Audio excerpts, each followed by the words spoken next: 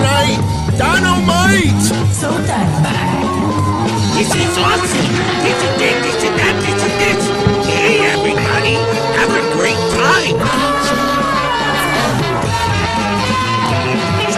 I'm not one of these f***ing goof podcasters out there. I am Don Tony, Wednesday Night Don-O-Mite.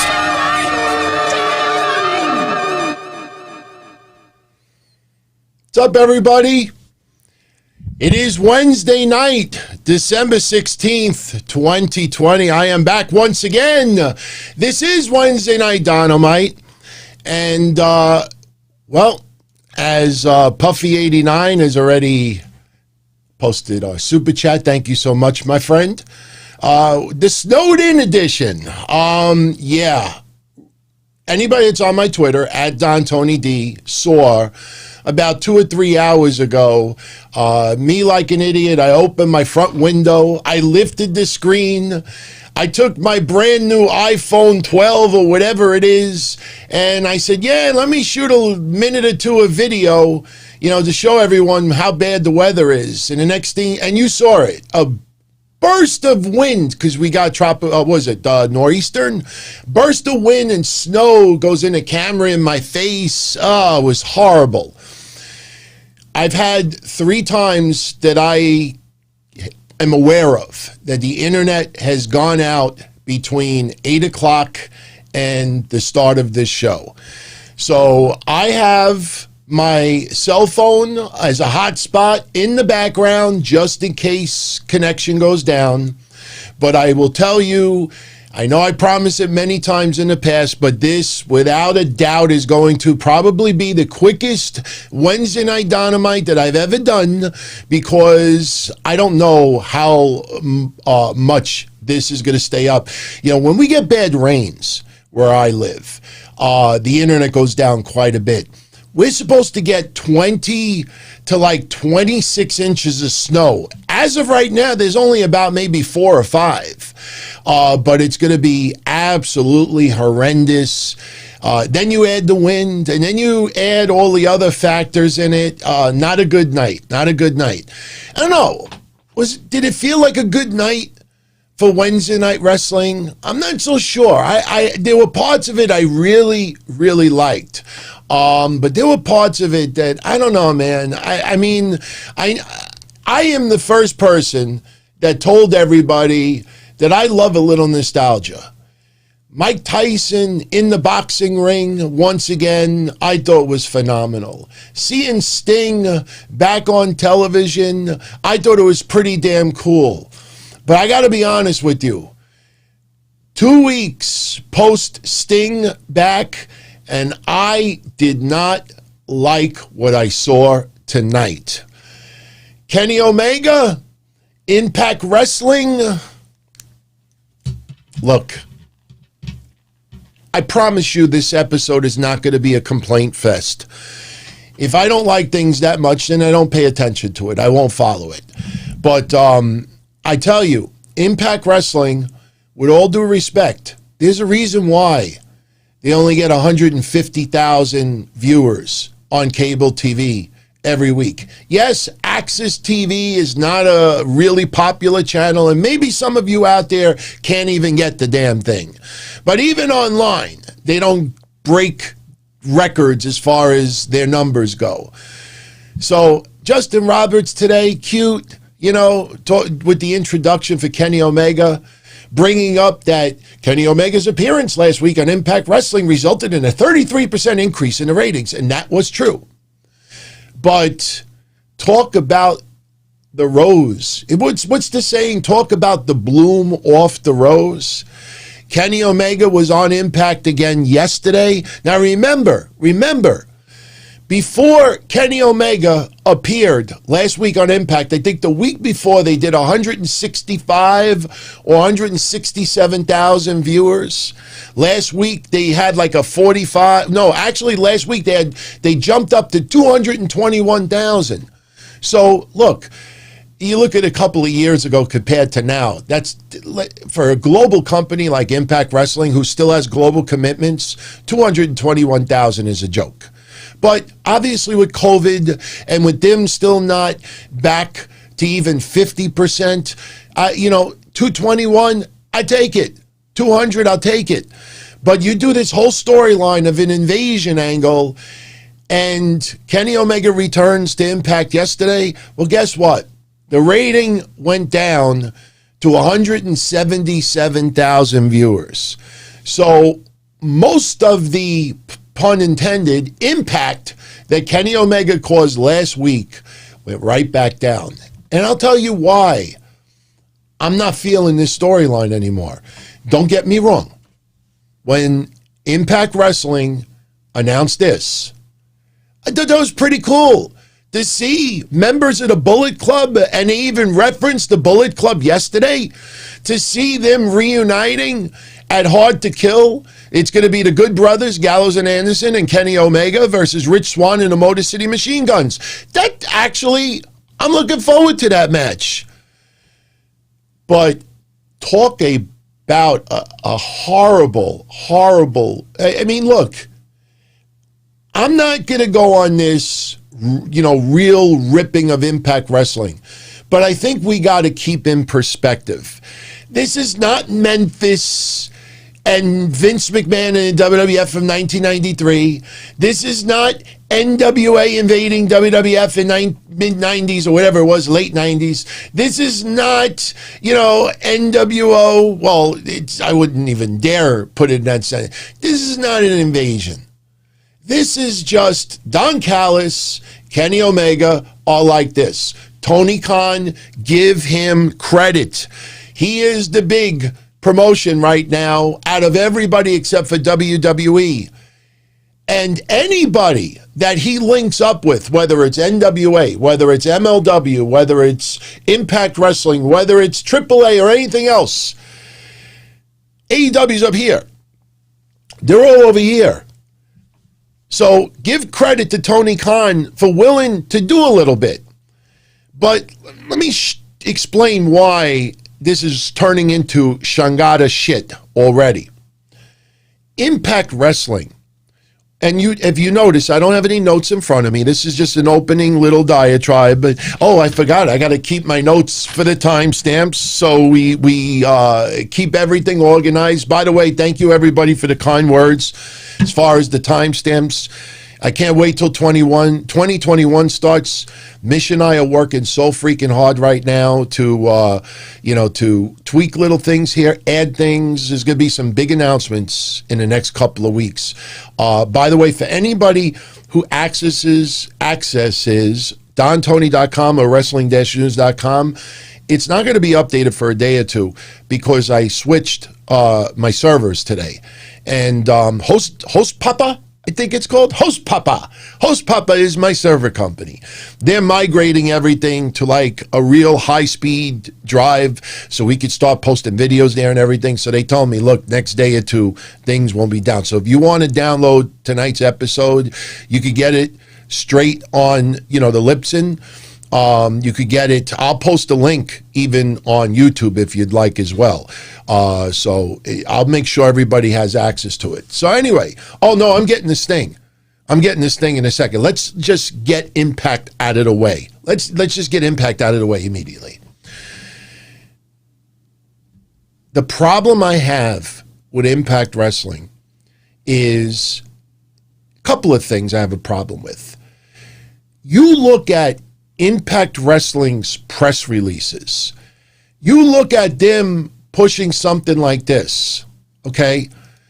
Sorry about that. You look at something like that. If you follow Impact Wrestling social media account,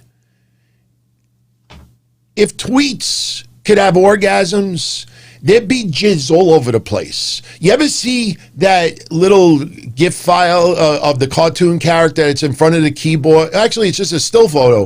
It's like a fat cartoon character. He's in front of his keyboard, and it looks like there's sperm. There's like loads all over his walls and everything like that. That's what Impact's social media account looks like right now. They're coming across as excited. And they're using like, well, Don Callis is using his power to do this, and Don Callis is using his power to do this. They're coming across as excited. You have tonight the commentators on AEW acting disappointed at Kenny Omega for showing up on Impact Wrestling. This is ass backwards. AEW is the dominant company. They should be having Tony Khan as a little bit of a heel showing up on Impact Wrestling. He did the promo last week. I could buy Impact Wrestling. Hey, there's rumors I could buy Impact Wrestling. But you tell your goddamn commentators on Dynamite to be upset that Kenny Omega keeps showing up on Impact? How's about a little bit of consistency here? AEW should be bragging on Dynamite that they can just show up on Impact Wrestling and do whatever they want. And their world champion, they get the privilege of their world champion appearing on their show. And they're going to take care of their itty-bitty little champion, Rich Swann, and the former itty-bitty champions, the Motor City Machine Guns. But no, it's confusing messages. And here's the worst part. Here's the worst part of it all. Impact Wrestling is taped to the rest of the year. Everything's done. And to show you how little they've taped, they're doing for the last, 2 weeks of the 2020, best ofs. Why would you do an invasion storyline with just 2 or 3 promos recorded in the books and you do best ofs for the next 2 weeks? Here's where it gets even worse. You have Impact Wrestling wrestlers at home right now. They don't all live in the Northeast where Tropical Storm Northeastern Gale is screwing everybody up right now. They're living in all parts of the country. Impact Wrestling's wrestlers are home right now. They're not appearing on Impact Wrestling for the remainder of 2020 other than best ofs. Why isn't Tony Khan working out something with Impact Wrestling? Like, look, we're not doing anything on TV for the next 2-3 weeks. We got to hype this up. Why? Especially tonight. Tonight is a no DQ match between Joey Janela and Kenny Omega. Why not have Rich Swann show up at AEW Dynamite tonight? Why not even go off the air that he's trying to jump the guardrail and get in the ring and everybody's holding him back? He wears an Impact Wrestling shirt. Why not have something where Gallows and Anderson happen to be in the back with Kenny Omega? Why are they not having Impact Wrestling's wrestlers show up on AEW for the next 2 weeks since you're doing best ofs? This is so ass backwards, and I want to love it. A little storyline like that is good enough, but man, talk about such an easy thing to do. And in my Vince McMahon voice, I mean, they haven't totally ruined it yet, but something tells me in 2 weeks, other than that match, they ruined it, damn it. They ruined it. You never get a second chance at a first impression. There was so much momentum last week. Yeah, it only had 60,000 more viewers, but still, it created a buzz online. Wednesday Night Wrestling has officially become the number 2 night of wrestling during the week. I don't know if you heard about Raw's numbers, but Raw had the lowest rating in the history of Monday Night Raw. The history of Monday Night Raw, this past Monday. Can't blame it on Rollins. Can't blame it on King Corbin. You can't. What do you blame it on this time? The lowest ratings in history. And then Impact Wrestling, they drop. They lost almost all the viewers that they gained last week. Oh, I didn't know Tuesday Night Football was on yesterday. I didn't know that WWE had some wrestling promotion going up against Impact yesterday. They got so much buzz last week. They should have offered, they got a $175 million contract with TNT. You get that buzz online. It's not just one-sided for Impact Wrestling. The whole storyline. They should have been on the phone for Gallows and said, listen, you guys, any way possible you could show up on Dynamite. We want to do something where Impact is trying to get into AEW and start shit. Nothing.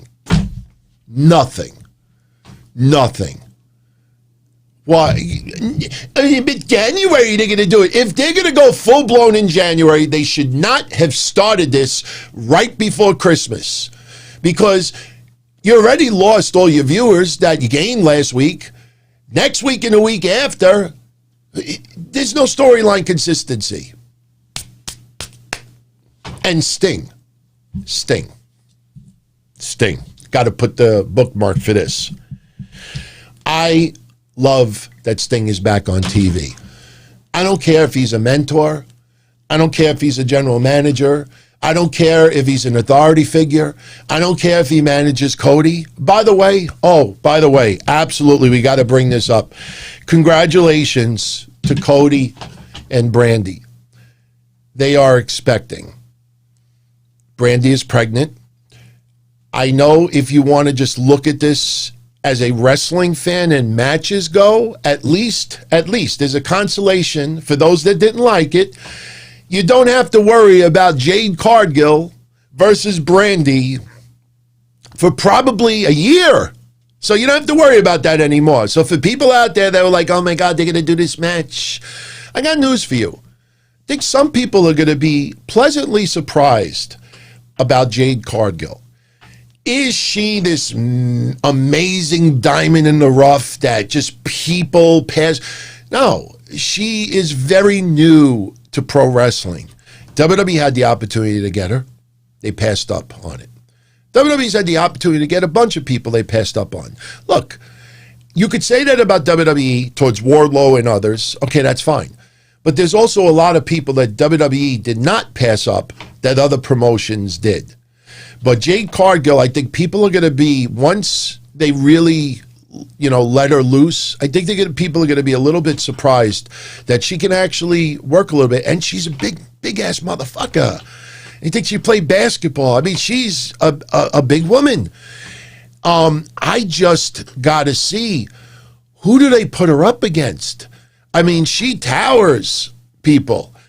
So, but getting back to Brandi and Cody, you don't have to worry about that Brandi and Jade match.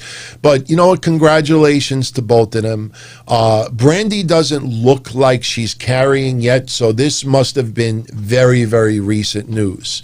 But Brandi and Cody are going to be parents, and I congratulate both of them, seriously. I mean, that's a wonderful thing. I mean, you think about 2020, and I brought this up Monday. I said, even more when I did my rant, and Mish and I had a great discussion adding on to it Monday, but even though people were upset about the reports that Keith Lee was sent to the Performance Center and other people were sent to the Performance Center, understand something. We're still in COVID. There are no house shows going on. There are some wrestlers that only wrestle once a month, maybe twice a month. I guarantee you, 3/4 of the WWE roster is passing by the Performance Center and doing things to keep the ring rust off. This is the time that you tweak things. This is the time that you experiment with things. This is not when you're working 200-300 dates a year. This is the time you mess around and test things. And as you notice, this is also the time that people have been able to heal up nagging injuries, to heal up wounds that people have been wrestling through, people wrestling with pain. With this light schedule, because of COVID, people are really healing themselves physically. And people are getting laid. So, you look at it, Moxley and Renee, I mean, you have other people expecting. I mean, it's a good time, man. It's a good time. So I think we even said the joke. What did we say? Oh man, what was that joke I said about Nikki Bella and Brie Bella? I said when they turn 16, what are they going to be called? I can't remember it right now. It was a good joke too, but But congratulations to Cody and Brandi, seriously. So now we get back to Sting. I'm all for nostalgia. I like that Sting is back on TV. You, me, social media, the outspoken people out there, none of us know Sting's body as good as Sting himself and maybe his doctors. So if Sting thinks that he could do certain things, I trust him. I trust him because, as I've said before, I think of Sting's career that I've been able to enjoy since the beginning because I'm an old geezer. And I don't recall any part of Sting's career where he looked out of shape, where he was just embarrassing in the ring. Yeah, maybe in TNA, I think the worst gimmick I ever liked was the Joker thing. You know, some people loved it. There was parts of it that I liked, but the point is, Sting's career, he's pretty much backed it up in the ring. He doesn't have to do 5-star matches. He doesn't have to do the flippy stuff. Do I want to see Sting wrestle at 61? Well, I've said this before. We've seen other wrestlers wrestle at 60 years old. We've seen wrestlers wrestle in their late 50s. I brought up Ricky Steamboat when he took on Jericho. And everybody was doing that. I don't remember anybody out there. The only thing that some goofs were talking about was his thinning hairline, which I think Ricky actually fixed a little bit of that. Here's the problem. Oh, thank you. Ken, thank you. Thank you. And you know what? Since he got it, I have the drum thing. All right, everybody, here was the joke that I made up. Well, I didn't make it up. I stole it, but I tweaked it for wrestling purposes. What do you call Nikki Bella's kid, Brie Bella's kid, Jon Moxley and Renee's kid, because we can include them now, and Cody and Brandi's kid in the year 2036 or 2035? What do you call all their kids? You call them quarantines. I pressed the wrong button. They're quarantines. I know, bad. You'll probably say, no, DT, you pressed the right button. You pressed the right button. So, yeah, if I was that great of a comedian, I probably wouldn't be doing this right now. I think the biggest laughs is if I raise my shirt. I tell no joke. I tell my fiance once in a while, hey, you wanna see something funny? She says, what are you gonna do? Drop your pants? Swear to God. So anyway, Sting. I don't know. Is my brain subconsciously trying to get me not to say what I want to say about Sting? I trust Sting. If he thinks he could do stuff, he's never embarrassed me as a wrestling fan when he's in the ring. Yes, there was some unfortunate injuries and very recently, the buckle bomb with Rollins. But here tonight, they really, there's a saying that I always live by. If you take one step backwards, take 2 steps forwards. 2 steps forward. Some people take 1 step forward and take 3 steps back. Jake Atlas, there's a reason why he's off TV now for the last 2 weeks. You cut a promo. I took 3 steps back, but I took 1 big step forward. No, you idiot. You don't level it by the size of the steps. Oh, you only took 3 baby steps back. You take 1 step back. You try to take 2 steps forward. Tonight, they took 1 step forward with Sting, and they took 5 fucking steps backward. And I've named those steps. Taz, Brian Cage, Ricky Starks, Taz's son. Taz's son, and Hobbs, the guy that looks like he's constipated all the time now.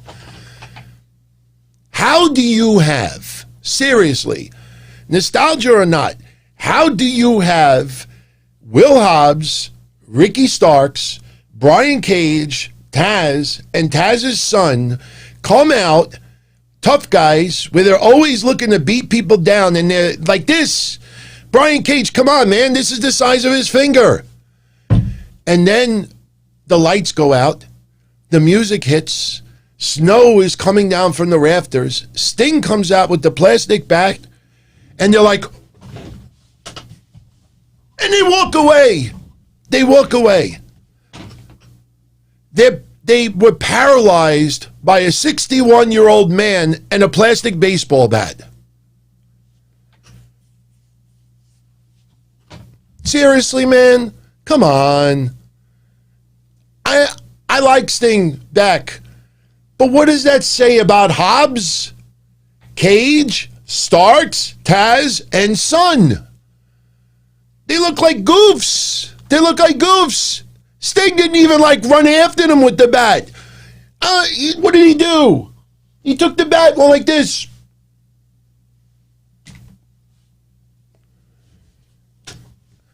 Yes, I'll say it, Phil.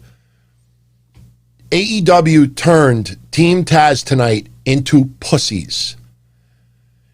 I don't care how big of an AEW fan you are. I could see if this is Cody, Darby with some crazy-ass weapons, someone else, but when it's a 61-year-old man that the most energy that he has had so far with his body, other than walking out, is to lift his forearm to do this with the bat. Even I will say, you're turning Team Taz into a goddamn joke. And by the way, you advertised all week. Sting speaks tonight. Sting speaks tonight. I'm sorry. Maybe he did sign language. I don't remember. Even if maybe my volume was off and maybe he went like, I don't recall Sting talking tonight. But I did get a fantasy match tonight. A match that I've been wanting for 7.5 months. I got it tonight.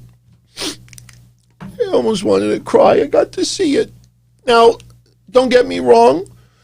Ken, don't ruin my moment for a second. I'll answer what you said in a minute.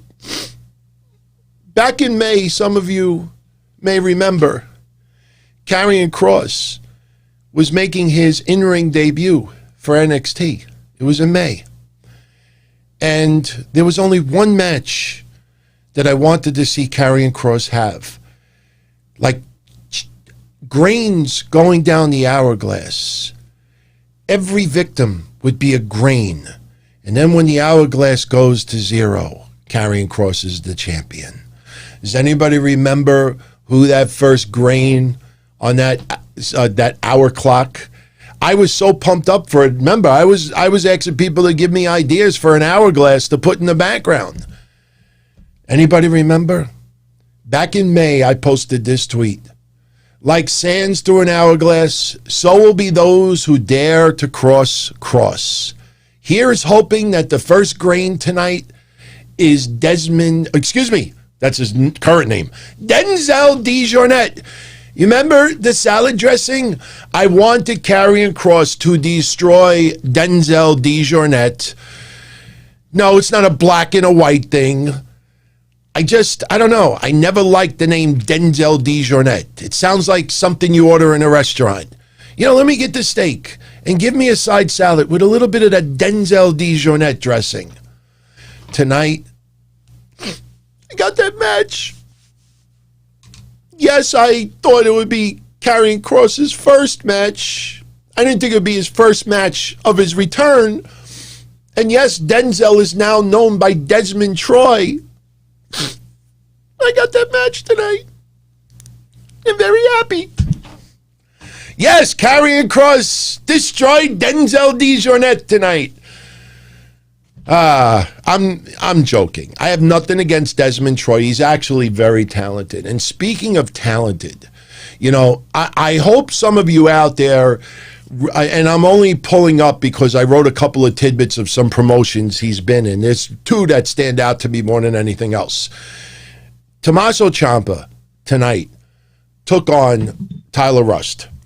And, Tyler Rust, I'm going to just write opening thoughts about NXT and AEW. So just keep my timestamps. It's easier if I jot it now so I don't have to do it later, or I just reference it later. I fine-tune the times, obviously.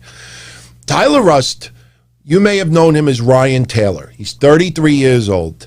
He actually appeared not too long ago on an episode of Raw. I think he might have teamed up with someone and got squashed by the Viking Raiders. But that match tonight was phenomenal. Now, remember this storyline that Malcolm Bivens is scouting Tyler Rust. And they had a great match tonight. I unfortunately think when we get into the quarter-hour ratings on Friday, we will learn that fans probably changed the channel. Right now, WWE NXT fans are not invested in Tyler Rust. But Tyler Rust, just to give you some of the promotions, now I've seen a lot of his work in bar wrestling.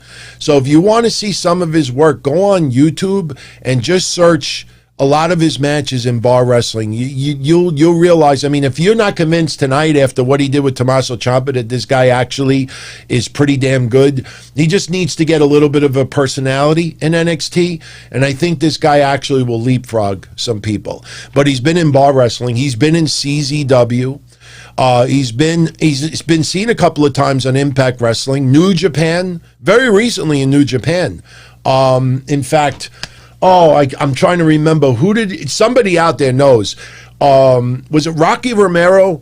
Did he recently beat Rocky Romero? I know he wrestled in New Japan very, very recently, but he's been in PCW, Pro Wrestling Guerrilla, and a few others. Now, the funny thing is the VPW that's listed, remember I worked VPW for about 40 shows, and he actually was wrestling for that promotion right at the same time I stopped doing the managing there. I got to check and see if it's the same promotion.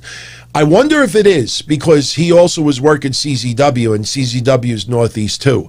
So it'd be pretty interesting if it ends up that he was. But, so that match tonight, though, was very, very good. Unfortunately, I don't think that was a match that really should have gone that long, especially when we're building up to New Year's Evil.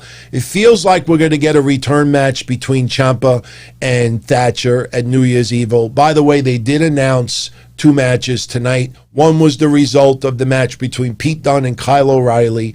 You know, we were talking about, and look, I'll admit it, I honestly thought in storyline, it makes the most sense that Karrion Kross returns, never lost the title. The first thing he should have immediately in storyline gone for is for the belt. That should have been the first thing on his mind. Now, I could see if there was a little bit more between Damian Priest and Scarlett. You know, Karrion Kross beat him down last week, but it wasn't that big of a deal. Why? Because he said smoke show? You know, it wasn't enough. But you piss off a guy over his woman, you know, or a significant other. It doesn't have to be just a woman. You piss off someone that much, they'll put everything aside and just to take you down. So it felt like it wasn't enough to have Karrion Kross, you know, put his sights on the title aside to take out Damian Priest. But WWE's going to go the scenic route with this. Karrion Kross will be taking on Damian Priest at New Year's Evil. And tonight, Kyle O'Reilly defeated Pete Dunne to earn the right to face Finn Balor at New Year's Evil for the title. Now, let's be honest. Kyle O'Reilly and Finn Balor, I don't think anybody will argue when I say this. They definitely are in the top 10 of matches of the year. Finn Balor and Kyle O'Reilly. The first time I saw it that night, I think I was so wiped out that I didn't appreciate it as much as I wanted to or thought I should. I mean, I put it over that night in the review, but I watched it back and I said, man, this might be in my top 5 of matches of the year. The only problem is, you know that Kyle O'Reilly and Finn Balor are going to tweak the next match, because these guys were there was so much like real physical contact. I mean, look, all matches are physically, with contact, but this was such a, just a stiff match. I mean, just hands on. It was an absolute brawl. They beat the shit out of each other. And look at the injuries that occurred. Yes, it's a freak injury, especially to Finn Balor. Kyle O'Reilly was banged up as well. But if they go balls out again, I mean, man, got to be really, really careful, especially with Finn Balor, with the situation with his jaw. Now, it's pretty much healed, and as we've brought up many times already, Finn Balor, when he has his match at New Year's Evil, that will be officially 13 and a half weeks since the last time he wrestled. 13 and a half weeks. That's over 3 months that he had that belt and didn't defend. It's not his fault. WWE, that's their fault. That is piss poor writing. There's a reason why numbers for WWE programming are dipping quite a bit. Fans are just not enamored with a lot of what's going on. So, but I will say this, Kyle O'Reilly and Pete Dunne put on a clinic today. Man, I love that match. I get a lot of criticism because I say that Pete Dunne is a beast. Goofs out there. I mean, look, regular people, I have friendly debates over. I totally understand why some people disagree with me, but you got goofs out there that unless you're 6'10", 400 pounds or 350 pounds, unless you have 3 eyeballs, 15 toes, or just something really, really abnormally deformed about yourself, you can't be a beast. Pete Dunne is a beast. If any of these goofs that are in hiding, behind their profiles in social media, if they ever got to meet Pete Dunne, all Pete Dunne's got to go like this, and they'd be twisted into pretzels. Pete Dunne is fucking phenomenal. And I'm a little surprised that they went with the rematch. But then again, you look at it, where there's a lot of buzz now. Oh my God, they're going to do Kyle O'Reilly and Finn Balor again. That's like really like people are concerned that somebody may get hurt again. So we'll see. We'll see. So now let's talk about a couple other quick things. I gotta wish a very special happy birthday to 3 people tonight. Some of you have heard me shout out Anna before. She's also known as Don Tony's political advisor. She's also known by Anna the Gay Banana. Today is her birthday, or yesterday was her birthday. So Anna, happy birthday. Much love as always. Very, very cool people. Very cool. She's very cool. Also want to shout out Andrew914 and Cassette Classics. I know a lot of you on YouTube, you communicate, you chat with Cassette Classics. His birthday is this week. I don't know which day this week. Cassette, if you're live right now, do not super chat me to tell me when your birthday is. You don't need to do that. But happy birthday to all 3 of them. Enjoy it. Hopefully you're not getting inundated with this horrible weather, but all the best. And every one of you out there that celebrates this holiday season, Hanukkah, Christmas, whatever, Festivus, I say happy holidays, Merry Christmas, much love from yours truly. And I thank you for really helping me through 2020. Yes, I got outside work and did some jobs to just make sure the funds keep coming in. Yes, I sometimes come off as, a little bit too happy and confident, but trust me, all year has been abysmal. Talk about a shitty 2020. And you guys out there really, really guided me in a lot of ways. The beginning of the year, we weren't even doing this YouTube. And at the end of the year, we're about to hit 17,000. I finally got a lot of that noise out of, my system. That's it. They rot and they're gone. And in January, we're going to make this YouTube page explode. Explode! Hopefully pro wrestling can assist, because if pro wrestling sucks into 2021, it's not going to make this as easy as it could be. But, hey, I tell you, like I said, not everybody out there is an AEW fan. Not everybody out there is a Kenny Omega fan. But if you are, especially if you were fans of the Bullet Club back in the day, I'll show this one more time. January 16th, Impact Wrestling Hard to Kill. Kenny Omega and the Good Brothers teaming up against Rich Swann and the Motor City Machine Guns. Now, in 2 weeks, they're going to have Kenny Omega take on Rey Fenix. Now, the funny thing about it, and be honest, you disagree with me, write something in the comment section. I interacted, I think, with almost every single person from Monday. Does it feel something majorly wrong going on right now with Kenny Omega's title reign? I know a lot of you don't like Vince Russo, but he brought up a point over a week ago, and I honestly think it's probably the most important point out of Kenny Omega's current title reign.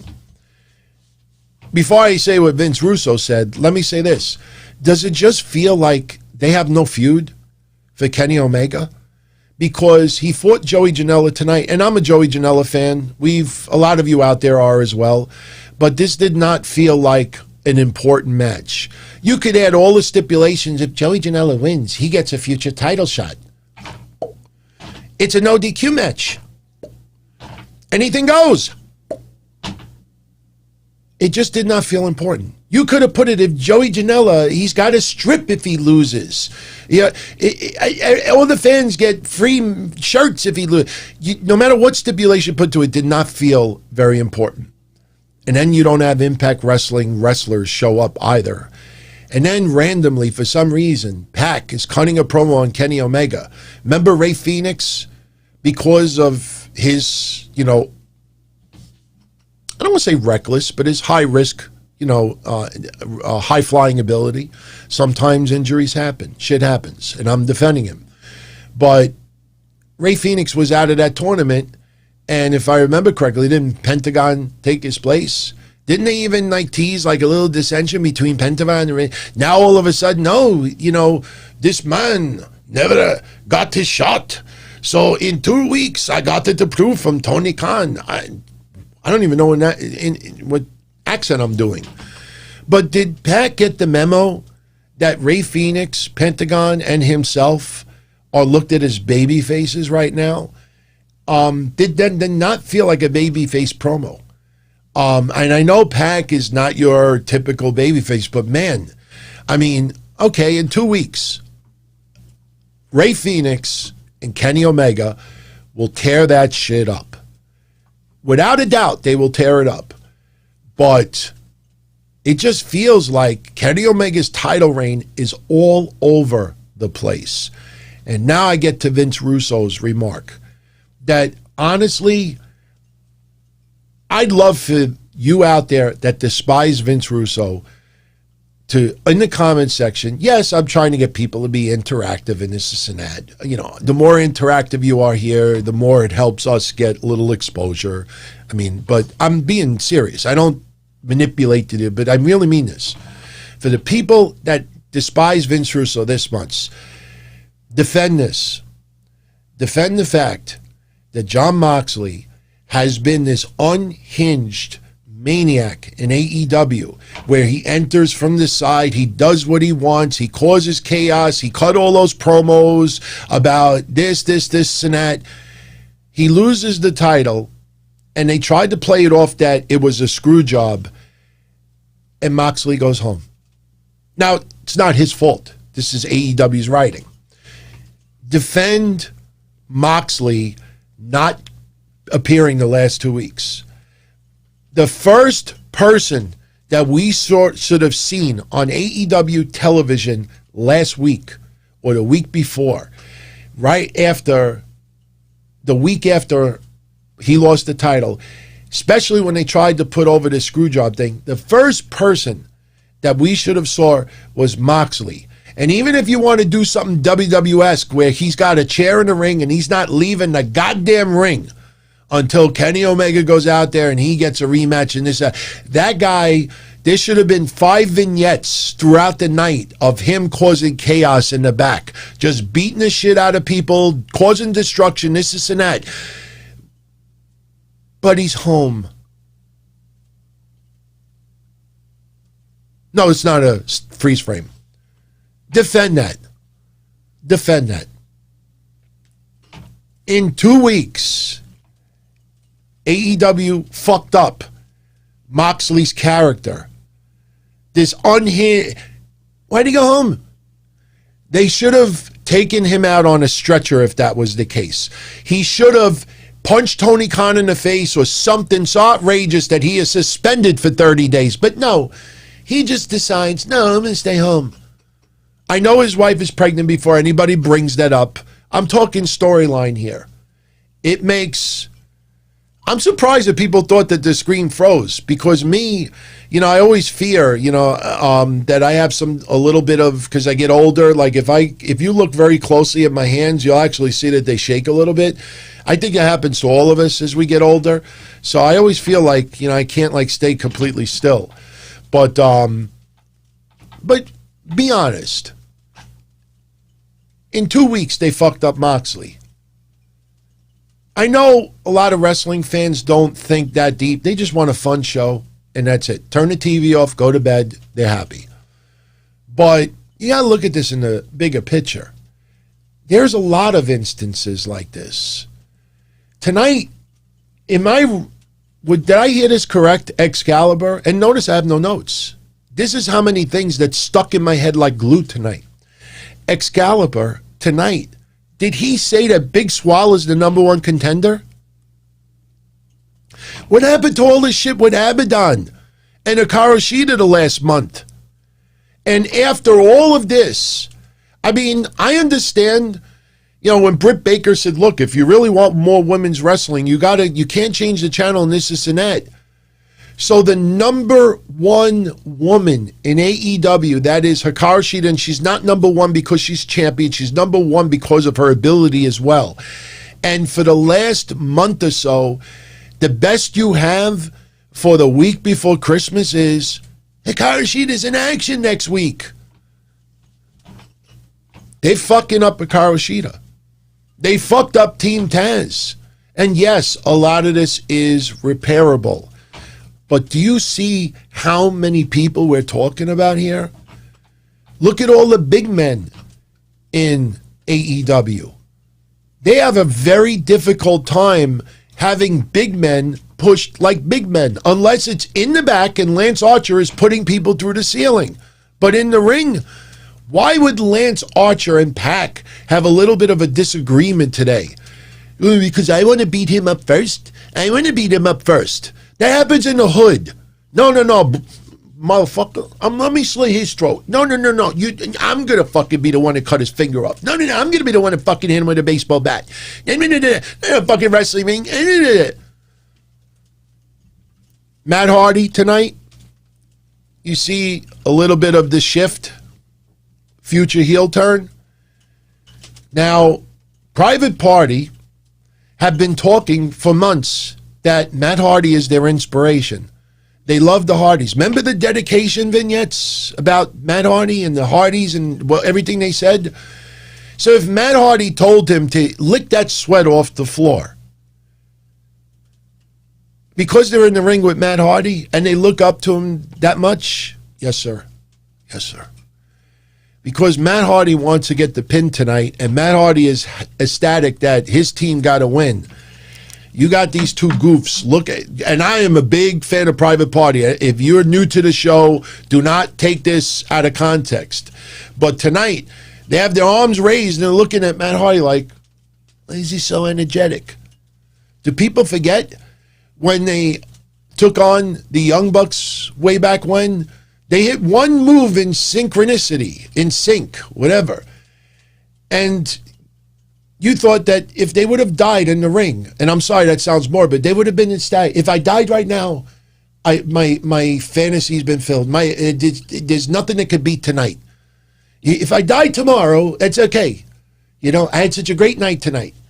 Now, Matt Hardy's celebrating. Yes, Matt Hardy's over-accessing it. That's the storyline. But, man, make it a little bit more sense.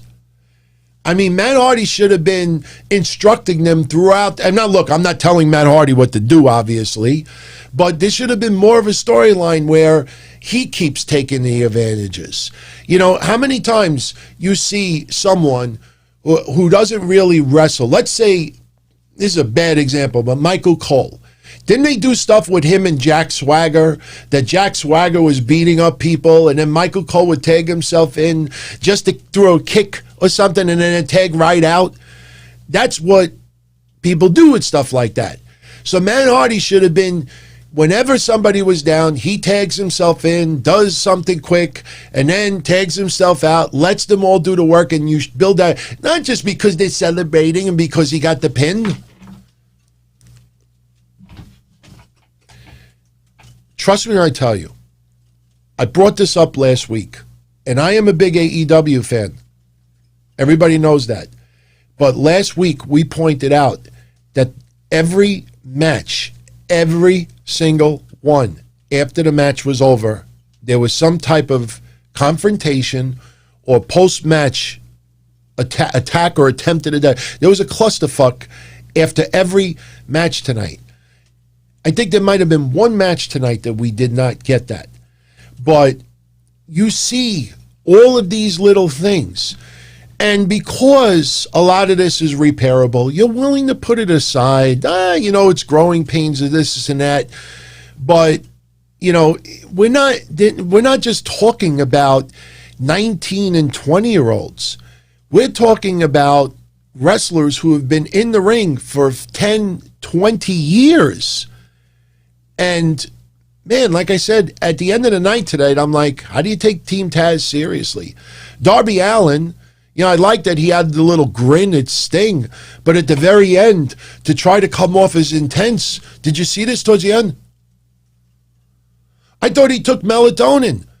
I mean, when Sting, right before they went to commercial, they kept flashing on Darby Allin, and his eyes were almost closing. Go back and look. There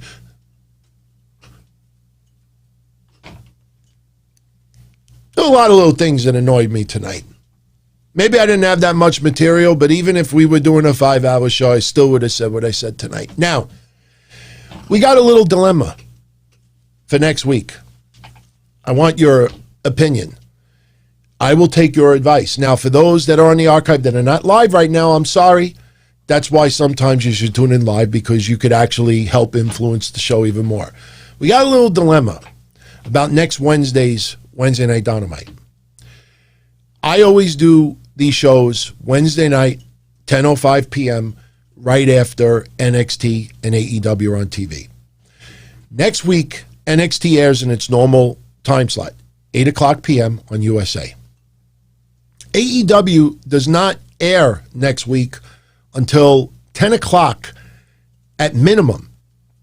The NBA is on next week prime time. AEW is airing after the NBA. So as of right now, AEW next week airs between 10 p.m. and midnight. I do not want to do a live show next Wednesday at 10 o'clock because I know a lot of you out there are going to want to see AEW at 10 o'clock. Yes, some NXT fans would love to just talk NXT.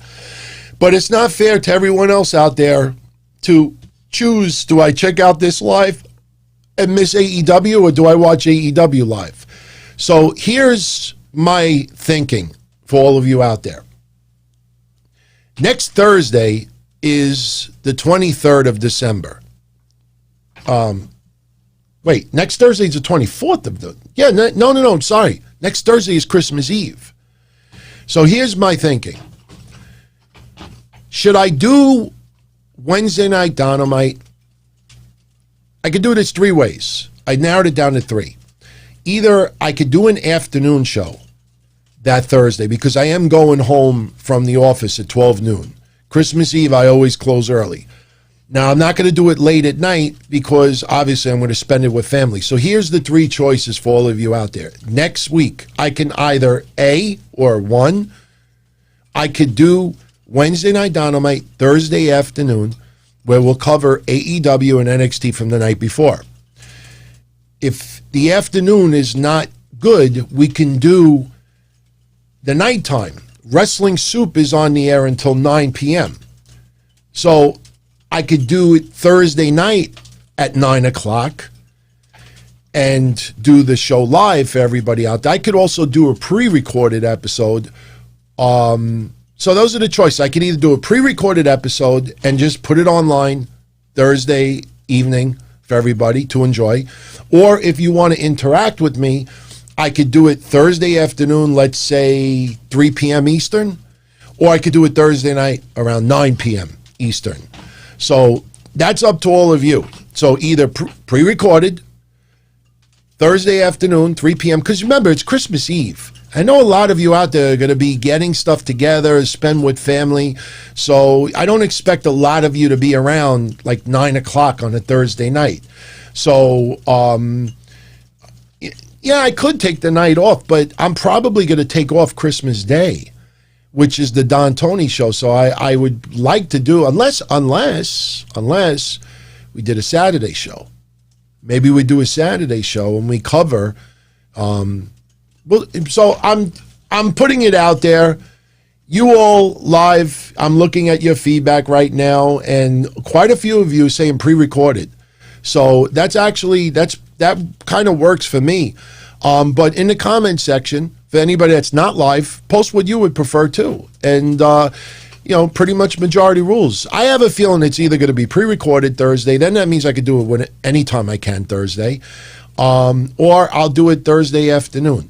But like I said, I think because people are going to be in transit, wrapping stuff, preparing, cooking, maybe coming home from work late. More I think about it, maybe it's better I do a pre-recorded one. No, I probably would still do one Saturday. Since I'm not doing it Friday for the Don Tony show, since it's Christmas Day, I could still do Saturday evening.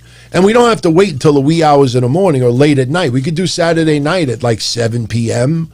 There's no other shows going on at that time. The only time I don't want to do it is against Wrestling Soup, because that's their time slot, and I don't do that to friends. So, all right, so we'll see. I mean, obviously, I'll post an announcement in the next day or two. So we have Friday show still. We have Monday's Breakfast Soup Raw. So we have 2 shows still, and we got the pay-per-view Sunday.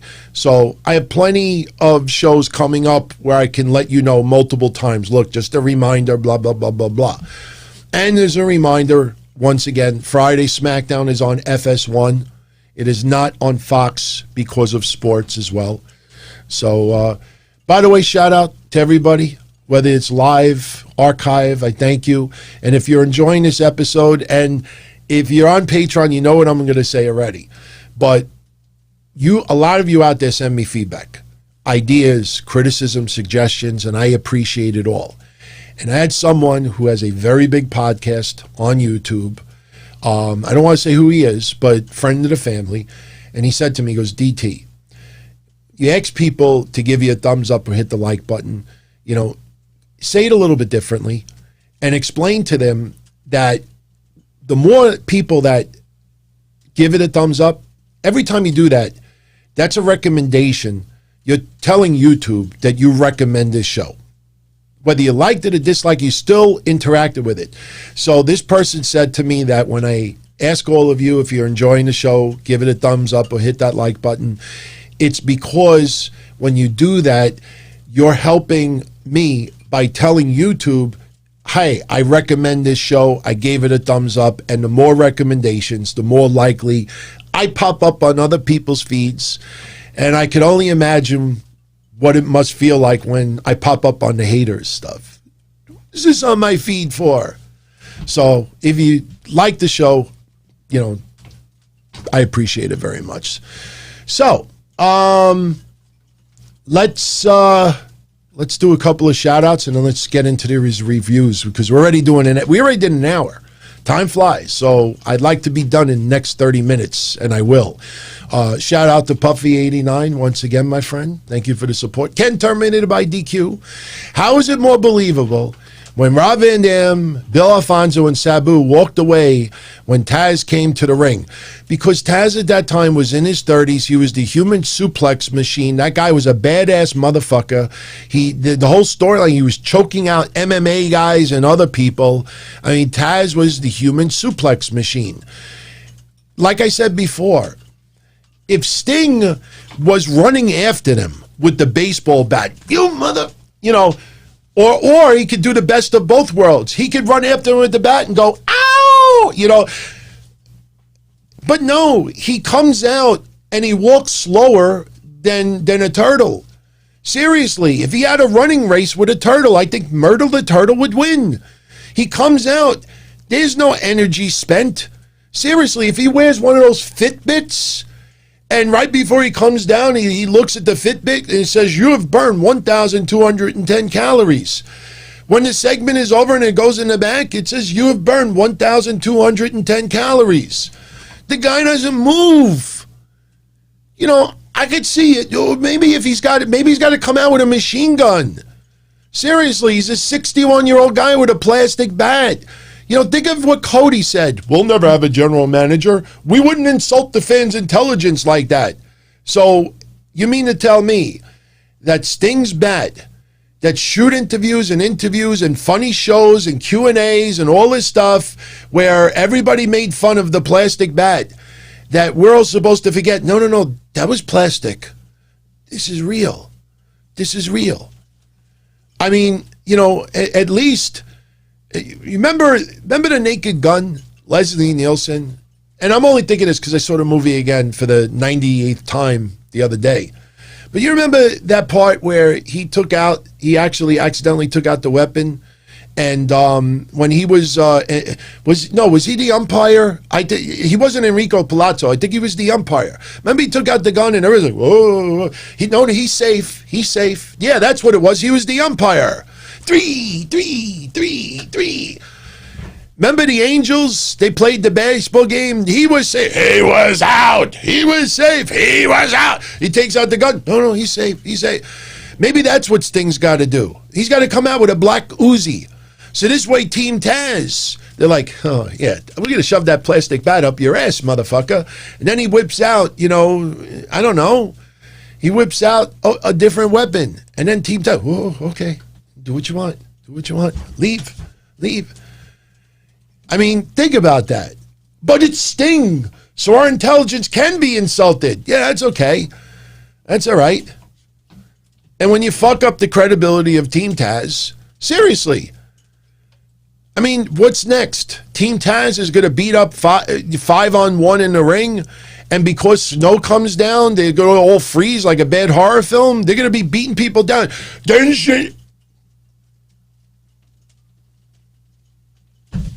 Come on, man. We're not 9 years old. We're not stupid. It's supposed to be suspension of disbelief, man. A little bit too much. So I hope I answered your question, Ken. It's a lot different. Yeah, Brandon Cutler took a shot at JR. Mish and I had a very detailed discussion about this on Monday. Tomorrow, I am going to take that discussion, that snippet from Monday's show, and it will be a separate clip over here on the channel. It is a very, I swear to God, I talked to Mish yesterday afternoon, and the first words out of his mouth is, DT, you got to put that discussion that we did about Jim Ross by itself. I said, no, Mish, I am. But then today, with everything going on, I don't know if you can hear. Could you hear that ice in the background? Seriously, I don't want to do this, but listen to this. I just check this out. See, let me know if you can hear this. You hear it? That's ice going against my window right now. But I will give you the cliff notes of what we said on Monday. I give Brandon Cutler credit for putting his name behind what he said. I give Jim Ross credit for putting his name behind what he said. But these other websites that claim they got statements from AEW wrestlers who wish to be named anonymous. Honestly, anybody that does that is a pussy, is an absolute pussy. You cannot criticize JR for criticizing moves, and then you don't have balls enough to put your name behind what you are saying. In my opinion, if you notice tonight, it actually was tweaked a little bit. If you notice when Rey Fenix dived outside the ring during his match, did you notice that the Butcher, was not prepared for it? When they were doing the post-match stuff, they weren't prepared for it. Eddie Kingston, when they did all that stuff and you saw flips here, they did not stand there and wait. There was one time where you saw like two people like get in position. But tonight, even Matt Hardy, something happened outside the ring, and even JR said Matt Hardy didn't expect that coming. They fixed some of that tonight. Basically, for those that don't know the segment, like I said, what we talked about on Monday was beautiful. I mean, the discussion was just one of the best that we've had. But JR is complaining about the the choreographing, where somebody jumps up and dives and everybody's standing there waiting to catch the person. But the problem is, Jim Ross was not just talking about AEW. Jim Ross was talking about wrestling in general. And the reason why AEW wrestlers got upset is because he works for AEW. But people took it that he was just ripping AEW. Look at NXT TakeOver War Games. I complained when Io Shirai put the pail over her head, and I even put the still shot up. I think Rhea Ripley was the only one that had her head turned the other way, but she probably saw it in the corner of her eye, and she to make it look unexpected. But you looked at everybody else, that picture of Io Shirai with the garbage pail over her head. You look at everybody else, everybody's like this. Not good. Not good. You see it in other promotions as well. Crowbar just put a picture up where some guy was giving a suplex and they were standing on the backs of like 4 wrestlers, and there was like 15 other wrestlers in the ring, all bent over, waiting to fall like dominoes because of a suplex. That's what Jim Ross was talking about. Brandon Cutler and others took offense to that.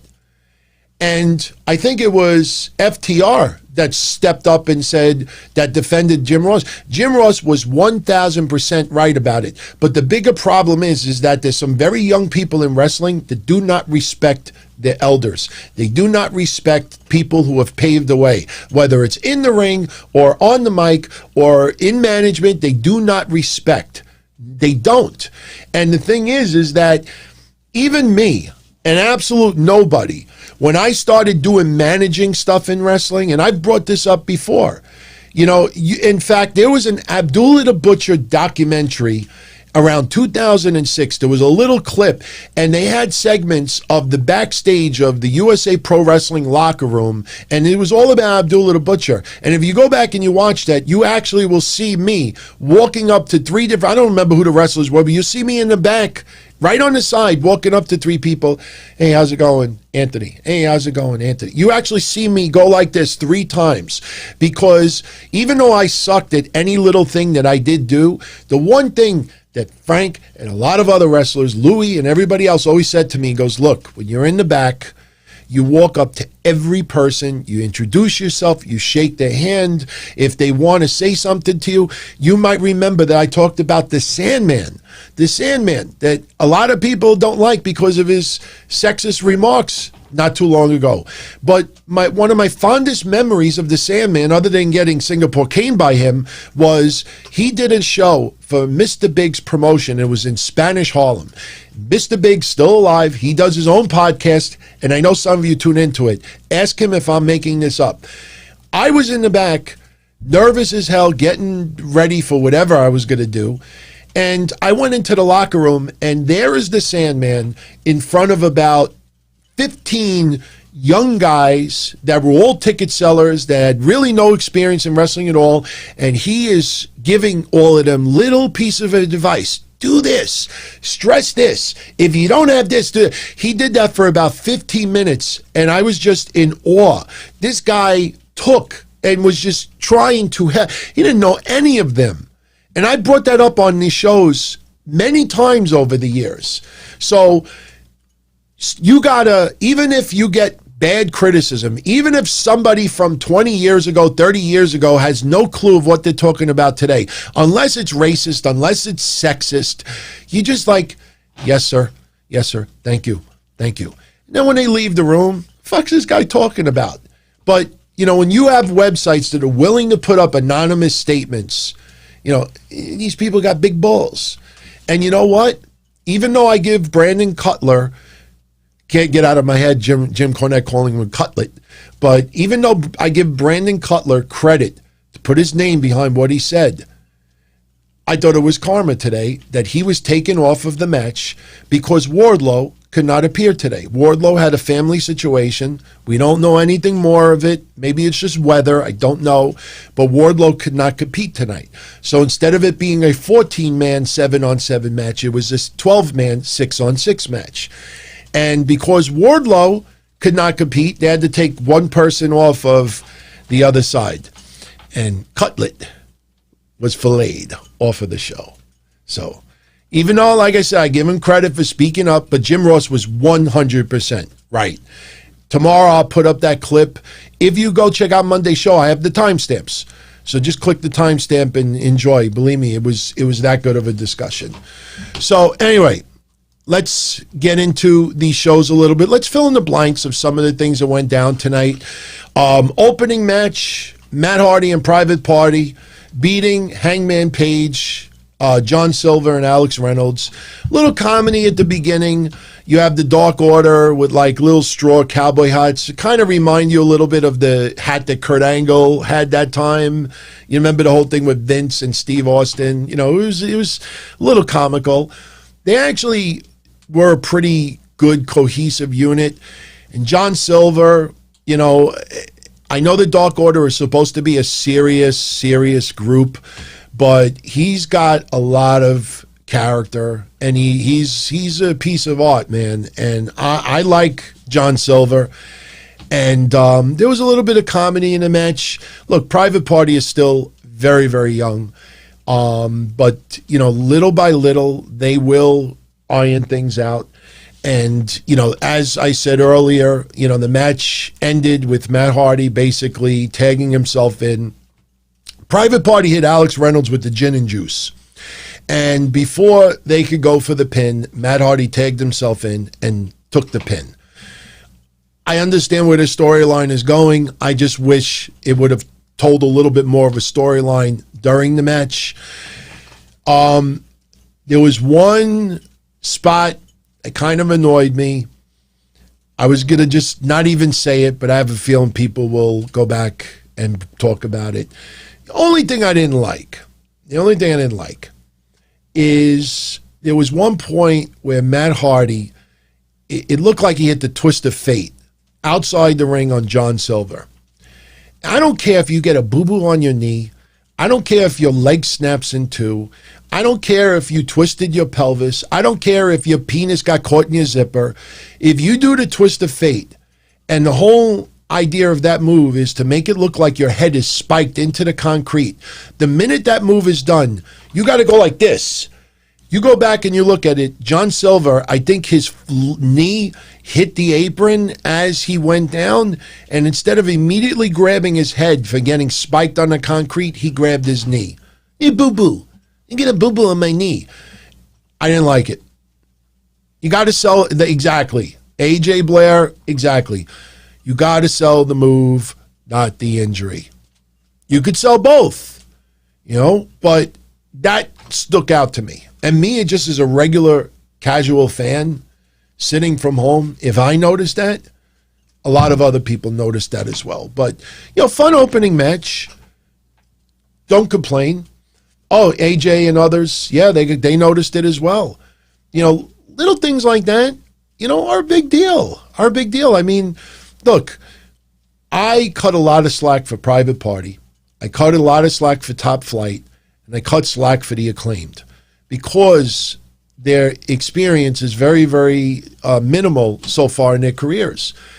I truthfully believe that all three tag teams are going to be really big stars if they just keep doing what they're doing and build on it. I was very surprised tonight how many people did not like the Acclaimed. They didn't like the rap. They didn't like the use of the boombox. They didn't like it. I mean, there was a lot of retro John Cena thugonomics feel on it, because I even think, when they were trashing the Young Bucks after the match is over, they used the word cuck, and then they were going to finish it with fuck, and then they stopped because of TV. But I enjoyed it, man. I enjoyed it. I liked it. I had no problem with it. And it's funny. Somebody asked me this the other day for the Q&A for next week. Out of those three tag teams, which one do I like the most? Honestly, the Acclaimed. The Acclaimed. In fact, I liked them so much that I'm thinking about, at the very end of the year, doing a full-blown rap. Similar to like what John Cena used to do with Thugonomics or do with the Acclaimed. But since they're always insulting people, like I might just throw some insults out there. I'm not sure if I'll do it yet. But, with a beat and everything. A lot of you remember from Breakfast with Blassie when David Otunga back in the day. Remember that rap? They say it's mean to say you're green, but you gots to leave WWE. You might think that you're the shit, so stay at home and make my grits? I don't know. We'll see. Was the night before TLC or whatever I said on Monday. I did a little sting. So anyway, Cody hits the ring, and Justin Roberts announces him as the future father.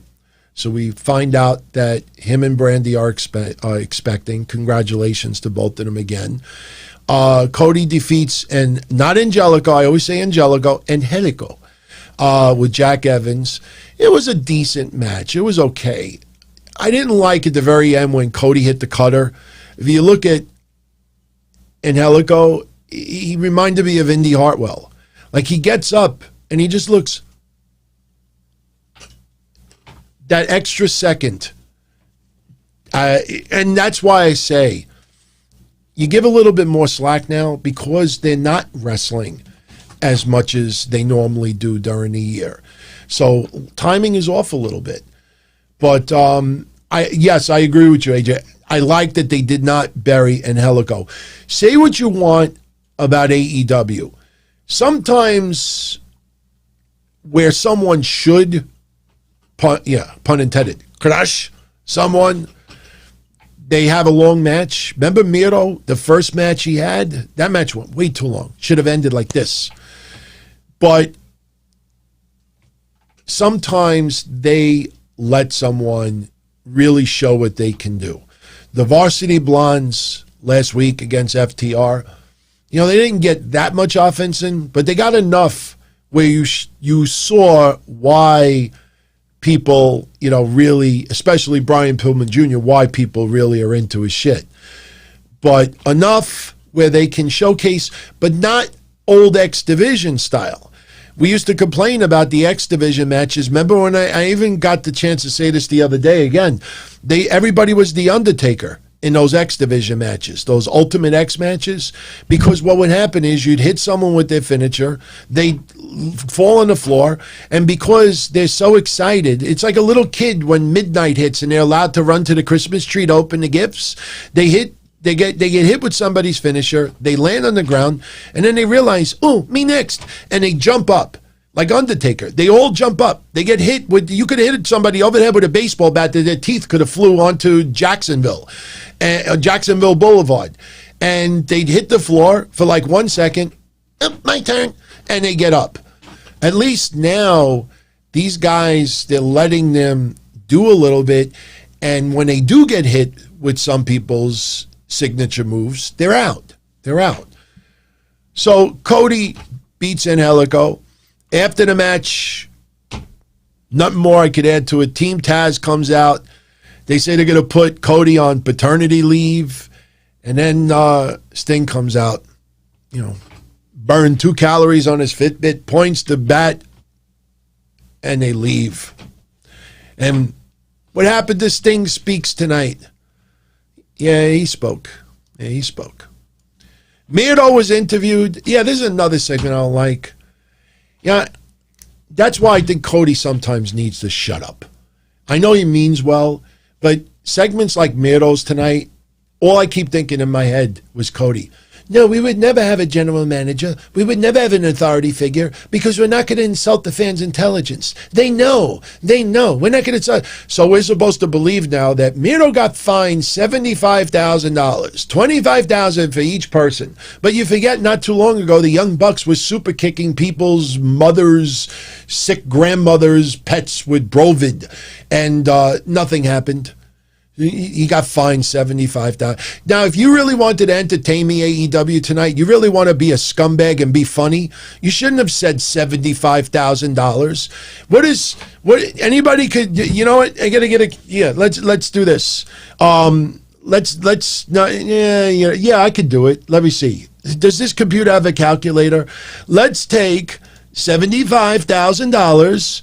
All right, and let's divide it by quarters. That would be 300,000 quarters. Now, if I was AEW tonight and I was Alex Marvez, Miro, because of what you did last week, AEW has fined you 300,000 quarters. $75,000. Michael Gonzalez, does my tree come with music? No, it's got like 9 settings. I have it on like combination settings, so it just randomly like does different things just to mix it up a little bit. I got it on Amazon. Somebody actually gifted it to me. Somebody that listens to the show said, I want to get you a little treat for the background so that it feels like there's a little Christmassy. And he said, pick one out. So I picked the cheapest one out that had some lights. It was like $20. It's $20. It's got 8 different light settings. So when you see like different things, light setting, you could leave it on that one setting. But for $20, I thought it was good. The only thing that sucked, with all due respect, was this. You know why? Because the top branch, I could have cut it. The top branch is all the way up here. It's all the way up here. And then it would block part of me. The bow tie. This was a little bit too high. So I could have cut the branch and put this, but I think it looks nicer without the star. So Miro is fined $75,000, and next week in AEW Dark, he's going to take on Sonny Kiss. How come Miro didn't attack Sonny Kiss tonight when Joey Janela? Just thinking. Eddie Kingston comes to the ring. I think the preview was he was going to address his enemies. He talks about his first enemy being God because he's still alive. His second enemy is Pac. And next thing you know, the Butcher, the Blade, the Bunny, they all come out because Lance Archer hits the ring, and Lance Archer's going at it with Eddie Kingston a little bit. But then we get the Lucha Bros come out. Pac comes out. And when you think about it, they were one-man advantage. The baby faces had one-man advantage. So you look outside the ring, you have Lance Archer, I think it was Lance Archer and Pac beating the shit out of Eddie Kingston. Should have been the opposite. Usually the heels are the ones with the one-up. I mean, let me put it this way. I like Dave Meltzer. I have been a subscriber of his newsletter for years and years and years. I will never forget the generosity he did when I did the charity drive, the fundraising drive after Chris Candido passed, all the newsletters that he gave me for free to give away. So I say this with respect, but him and Brian Alvarez went out of their way to criticize the women's NXT War Games match because the two baby faces were beating down Dakota Kai. They went out of their way to make this a big deal. I want to see if when they do their AEW recap, if they criticize the fact that the baby faces tonight had a one-man advantage and it ended up because you had the 2-on-2 in the ring and because the Butcher and the Blade have to go up with the Lucha Bros or whatever it is, that outside the ring you had Lance Archer and Pac beating the shit out of Eddie Kingston. See, I'm a straight-up person over here. I'm fairly reasonable. I will praise what I like. I will criticize what I like, and I don't mind saying it gets me enemies, obviously. You see, but I'm straight up on both sides. I want to see if he calls it out. Benjamin, he's saying, stop refusing to bury Meltzer. I just criticized Meltzer and Alvarez. I don't think they suck. I've been a fan of Meltzer's for decades. I've known for decades that Meltzer is a big fan of Japanese wrestling. I understand that he is a huge fan of AEW, as was Mike Johnson towards Court Bauer and MLW 18 years ago, as was other people towards Ring of Honor, as was other people towards wrestling. Oh my God, Wrestling Society X. You had to see it. They all look like stray cats, like hoping that somebody throws a piece of ham out the window, looking for attention from that promotion. There's nothing new. If Dave Meltzer rubs you the wrong way and you don't like any of his stuff, just don't pay attention to it. But I'm actually giving an opinion right now. I want to see if he calls that out tonight. So, anyway, Dustin Rhodes interviewed, and he said that them bringing up 7 was a bad idea last week. Calling him the third most important Rhodes in AEW was a bad idea. So now he wants Evil Uno next week. So next week we will get Dustin versus Evil Uno. I tell you, man, 2020 is a weird year, a very weird year, that by the end of 2020, I actually like Evil Uno, and I actually could tolerate Cameron Grimes now. Something weird is going on. I couldn't stand either. Remember I called it Evil Pizza Uno? Then everybody, started using that, Evil Pizza Uno. So, miedo. I always say miedo.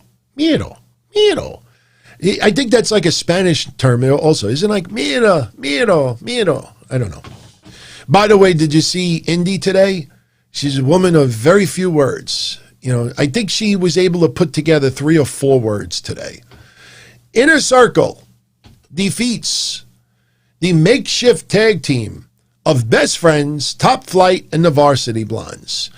It was a clusterfuck. I guess all this was done was to try to tease a little bit, maybe more of Guevara and MJF. There was a segment during the night. MJF had, I believe he was a nominee on the New York Times for that segment. I didn't know he won. So I think that plaque was something that they had made up, probably from personalcreations.com. But he's got like this trophy thing. And, originally, it looked like he was taking all the credit. But then, he was patronizing Jericho a little bit, rubbing people the wrong way, obviously. And then at the very end, Jericho says, congratulations. But you could see where some of this is going. MJF patronizing people. MJF comes across, the best way I could describe how this feels right now is you have a sorority house. You have a sorority house and you got a bunch of guys that are in the sorority house and everybody gets along great. And then the leader of the sorority house brings in a friend of his that is just an absolute pain in the ass, just really annoying. I'm thinking Revenge of the Nerds. Not like that, but, just very annoying. And he tells everyone, look, just let him stay. Let him stay. He's not that big of a deal. All right, we'll let him stay. That's what MJF is. He's not a nerd. I'm not saying he's a nerd, but, I like to get that in once in a while. It's kind of like a release, But that's what MJF is. He's the annoying person that you let him stay for dinner, Or it's like an old 80s sitcom where somebody visits and everybody hates him. Like, just let him stay for the day. And he comes over and he's annoying as fuck. So, King Kong? No, well, yeah. I have no idea what you're talking about, Mystery Man, but I'll go with it. King Kong. But Yeah, so that's what they did. And then, at the very end, there was after-match brawl, and Top Flight goes, with MJF and Jericho. And this is going to set up next week. I'll tell you, when I read the matches for next week, I'm curious of how you all feel about it, because I actually, I don't have too much of a problem with the matches next week. It sounds like a fun, Christmas Eve edition. Monday, I talked about them doing the rendition, the recreation, satire of the Christmas story and the list of characters. They're going to do a little stuff on TNT. TNT is very, I tell you, even with the management change, it feels like TNT is very receptive as far as what AEW is doing. You could feel like there is some positive vibes going on over there. So shout out to Anthony Diaz. Oh, a quick fuck, marry, kill. Cameron Grimes, Evil Uno, or Dave Meltzer. First of all, I enjoy my M&Ms without peanuts, so I really don't even know how to answer this. If I was a woman, or if I was bisexual or gay, I would probably, I don't know, man. I can't answer that, man. How am I going to answer that? Like, I can't, like, I'm just picturing to myself, like, which one I would sleep with? I can't. Could we do something different? How's about like read, delete, or kill? How's about like, have coffee, have lunch, how's about have coffee, have dinner, have a late night snack? Is that better? Can we do that? Because I would have coffee with I would have coffee with Evil Uno, because he wouldn't be able to drink it because he's got the mask on. So he would just sit there and I would drink coffee, and then I'd probably be able to drink his too. So I would have dinner with Dave Meltzer and pick his brain. Oh, no, I wouldn't have a late night snack with Cameron Grimes. I'd have coffee with Cameron Grimes, and I would just dump it in his face just to see him run away. And maybe Dexter Loomis could draw me a picture of me throwing the coffee in his face. I'm stumped. Yeah, I'm stumped. It's not easy to get, and I'm not trying to be politically correct. Like, I can't sit here and say, man, I wonder how Evil Uno is in the sack.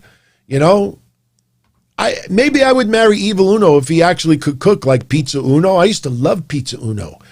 But go figure, man. Go figure that the live viewers went up 25 while I'm talking about fuck, marry, kill, Cameron Grimes, Evil Uno, and Dave Meltzer.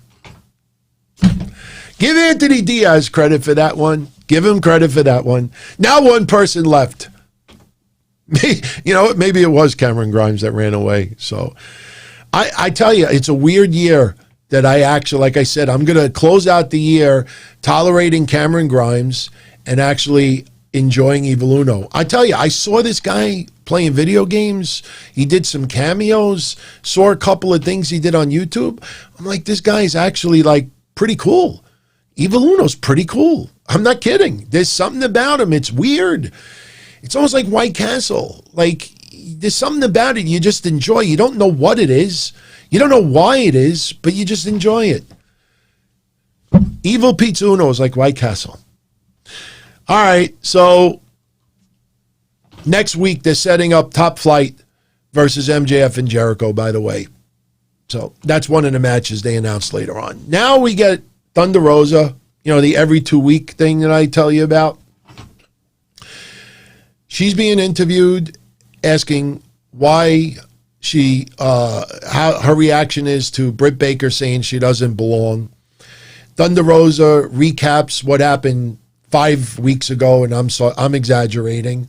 They're in a parking lot, and when you think of a parking lot, there's not like a wall like right next to where they were. They were in the center of the parking lot.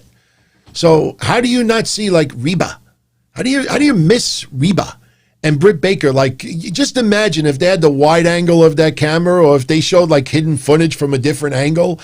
You'd have Britt Baker running like a marathon mile to get from like the entrance to the parking area. Like, you know, when you park your car and there's no spots, and you got to park all the way in the back, and it's so far back that you don't even have like shelter anymore. It's in sunlight. That's where they were standing. I'm like, where did they come from? Were they hiding like underneath a sewer? So anyway, Thunder Rosa is talking about how Britt Baker interfered and that she belongs, and, you know, makes you wonder what her future is in NWA, makes us wonder what NWA's future is. And the next thing you know, they attack her, and they're pouring water on Reba's pouring water on Thunder Rosa's face, and Britt Baker is rubbing it so all her face paint comes off. I mean, you know, it's more to, you know, it's just like you're embarrassing someone. I mean, it's not like Thunder Rosa has magical powers that you rub the face paint off and she becomes an invalid. It's more of embarrassing, like you left her looking like a mess. This obviously is setting up a match between Britt Baker and Thunder Rosa. Look, Thunder Rosa against somebody's shadow, I probably would be interested in. She's awesome. She's awesome.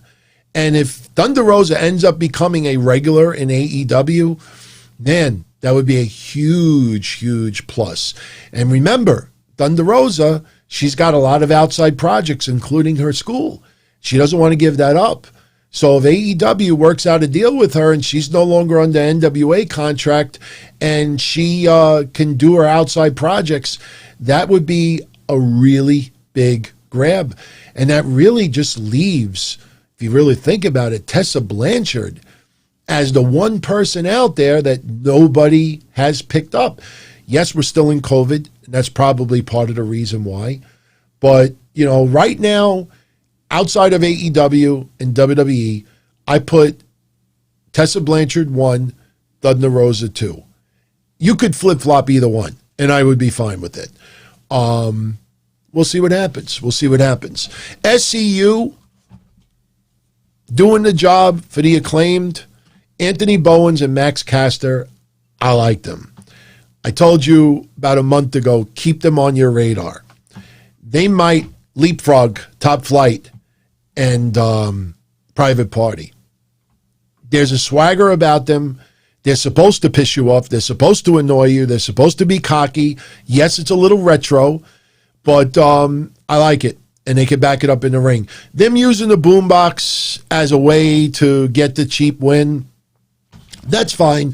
I think the only thing, if you ask me, and you got to understand something, I have in my house, you've seen pictures of it, I have 4, and this is not a joke, maybe next week I'll bring one in the room for you to see. I have 4 boomboxes that were built. One was built in the late 70s, and the other 3 were built in the early 80s. Each boombox is about this big. They are huge. One of them is worth $1,000, and it is all screwed up because, like, it's like the holy grail of boomboxes. I've had them for like 30 years. So I would love for them, because I got one with colored lights and everything that would look awesome as a retro. The problem with having a boombox like that is what you saw tonight. They use it as a weapon. So you can't have this gigantic boombox, especially when it's metal and plastic, and then tease that you hit somebody with it. Because if you really connect, you're going to cause some major damage to somebody. So, yeah, no, I'll bring one. It's impossible for me to bring in all 4. I don't have any in this room, so I'll show you next week. Or, you know, maybe what I'll do, maybe tomorrow I'll take my camera and I'll just shoot like 30 seconds of video and I'll put it on Twitter. By the way, Friday, the video's on Twitter right now. On Friday, I'm going to show everybody how WWE ripped me off for over $100. I got video proof of it too. It sucks. I didn't want to show it, but I gave them 2 weeks to fix the problem. And they didn't fix the problem. So I posted it earlier today, and a lot of people got back to me, and they were like, that's fucked up. So anyway, so next week, we have the Acclaimed versus the Young Bucks for the tag titles. As I said earlier, the Acclaimed called out the Young Bucks who were sitting at ringside for some reason. Yeah, obviously because the Acclaimed insulted them last week, but a lot of people insult the Young Bucks and they don't sit ringside for no reason. So they call out the Young Bucks, make fun of them once again. I tell you the truth, I just realized it. The Acclaimed, just hit me. The Acclaimed need to start calling them one term. Just keep calling them the Young Cucks. I don't know if standards and practices were all happy with them using the word cuck, but they weren't saying it like in their name. They said that they were acting like cucks. But honestly, I think from now on, the Acclaimed should call them out and call them the Young Cucks, if they're allowed to do that. So, yeah, the Young Cucks. But, so we got that match next week. I mean, obviously, I don't think there's going to be a title change, but whatever. I'm looking forward to it. Evil Uno versus Dustin next week. Top Flight versus Chris Jericho and MJF. Hikaru Shida will be in action. And then you'll have Jurassic Express. FTR called out Jurassic Express today. Because you remember last week, they were at ringside, So why not just have that match next week? But instead, next week, we're getting Jurassic Express against Colt Cabana, 5 and 10. Pac versus The Butcher next week. And in 2 weeks, we get Rey Fenix versus Kenny Omega. We also had tonight Serena Deeb and Big Swall being Ivelisse and Diamante. Man, talk about two women that you thought would be much further on the food chain AEW by now. Ivelisse and Diamante, it feels like they have done next to nothing with. And then after the match is over, they're doing this attack with Nyla Rose and Red Velvet makes the save. I mean, I'm glad they're giving some people opportunities, but just the way they've utilized them up until now, it just looks like a hot mess. It looks like a hot mess. Then the main event, Kenny Omega defeating Joey Janela. No DQ, anything goes. The other stip is that Joey Janela, if he would have gotten the win, then he would have gotten a future title shot. The match, a little bit of hardcore. Joey Janela putting Kenny Omega through a table looked like he dove right on his head, by the way, his face. Don Callis, who was at the commentator's booth for a couple of seconds, but then grabbed the mic, and he was doing on the main mic a lot of talking trash to Joey Janela and praising Kenny Omega and putting it over. And, it was okay. But like I said, it's ass backwards, this storyline. AEW, the commentators are acting all upset that Kenny Omega is showing up on Impact. But why is AEW, if they're so against it in storyline, why isn't security, their staff in the back, why are they not going out there and escorting Don Callis out? He's, Impact says, he's an executive producer, so he booked this match for the pay-per-view. But he's nothing. And I understand what you're going to say. Kenny Omega is a management as well. I get that.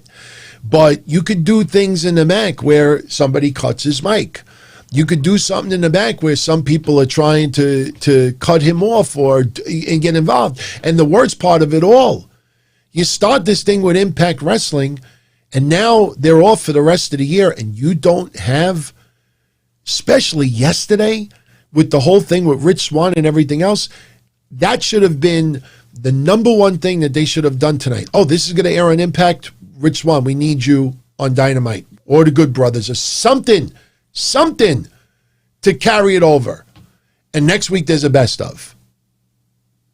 And Lord help me, if Impact Wrestling puts over the next 2 weeks for their best ofs, Lord help me if they put Kenny Omega as part of their best of for highlights of 2020. Oh man, I'll fart live on camera how horrible that will sound, smell, look, yuck. But they close it out Pat comes out with the Lucha Bros, or Ray Phoenix, I should say, and he's reminding us that Ray Phoenix couldn't be in the tournament, and I guess because of that, he gets a match against Kenny Omega too. The match is going to be good, but like I said earlier, Pat came across as a heel, and it just did not feel, it just felt thrown together. And Kenny Omega's been champ now for several weeks, and I tell you, it does not feel important. It doesn't feel as big. And Moxley not appearing, not irate, not trying to tear the promotion down, try to ruin everything, try to cause chaos. How horrible is that? What are they going to do? Have Moxley turn heel and he's all for Impact now? Like I said, when you really dissect this, a lot of stinky going on. NXT tonight, a lot simpler because they had a lot more longer matches. Opening match, and some of the matches were fun, but uneventful. Johnny Gargano and Austin Theory beating Kushida and Leon Ruff. Now, you know, after they just formed the way that if they're going to book a match involving Kushida, you know, they're trying to... By the way, what happened with Kushida's whole thing? Remember the thing with his family and everything? No, me take it seriously now. Me go for a championship. What has he done?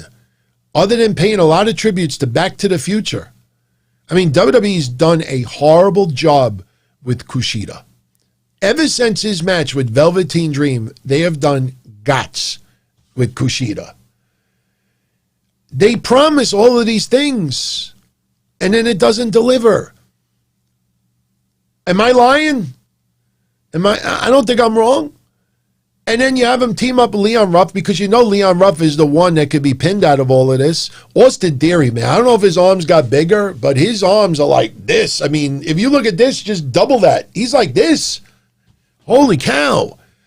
Well, and you know what? I'm not going to say who it is, but if you want to look for yourself, go on Twitter and type in Austin Theory. Look under Ringside News. Remember last week I talked about those jerk-offs, about how the Austin Theory thing, how they were handling it much differently than they did with Lars.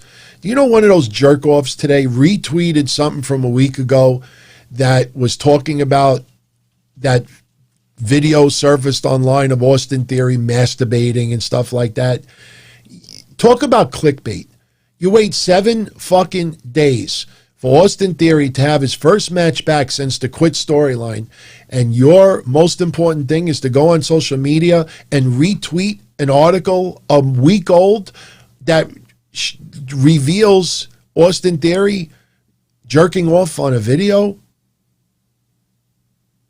and you wonder why I criticize some people online.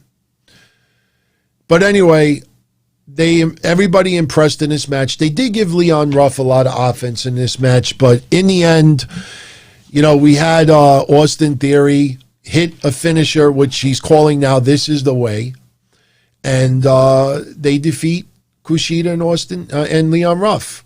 You know, it was an okay match. A lot of video package. Like I said, you look at NXT and you realize how many video packages they have a week. They have like 6 to 8 video packages a week.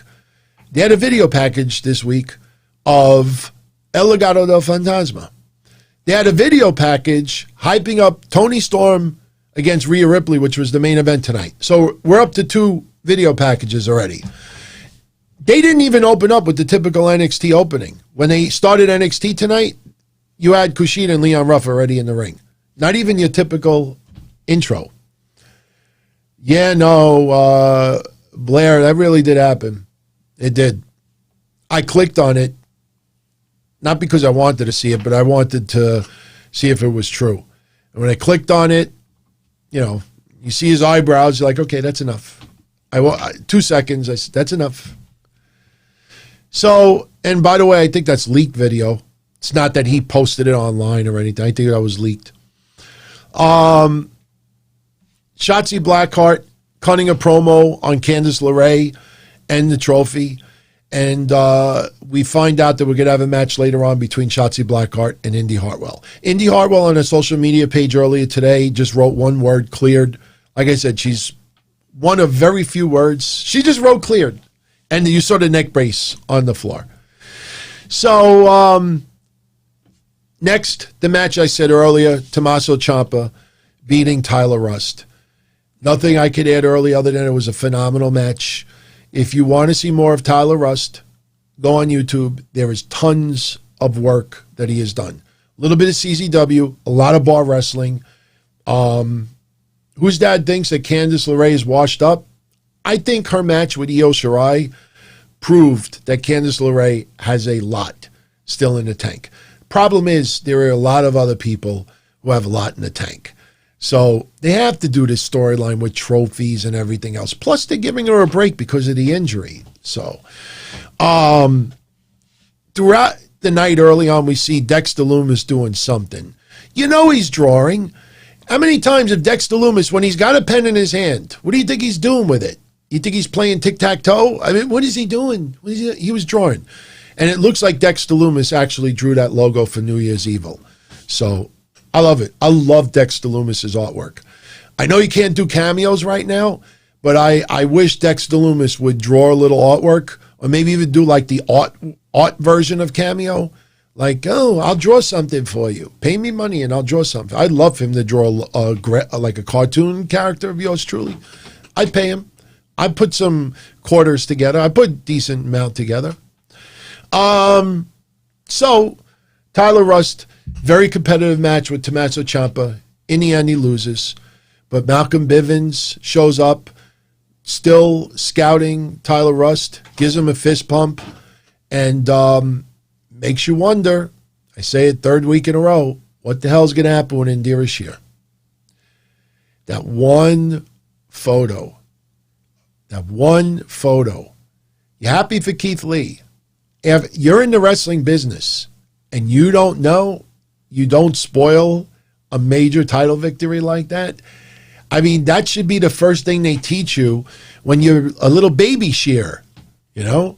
Unbelievable. Can't talk about, I tell you, when we do the awards, we're going to do the Blackheart year-end awards. We'll do it in January, Mission Eye. And there's going to be an award for like fuck up of the year. And I tell you, I think when we figure out the exact category, they got to win an award. They have to win an award. Is talk about like totally like shooting yourself in the foot award. Oh man, did they screw up. Grizzled Young Veterans video package. We're up to 3. Karrion Kross and Scarlett warning everyone that Doomsday is coming. Another video package, 4.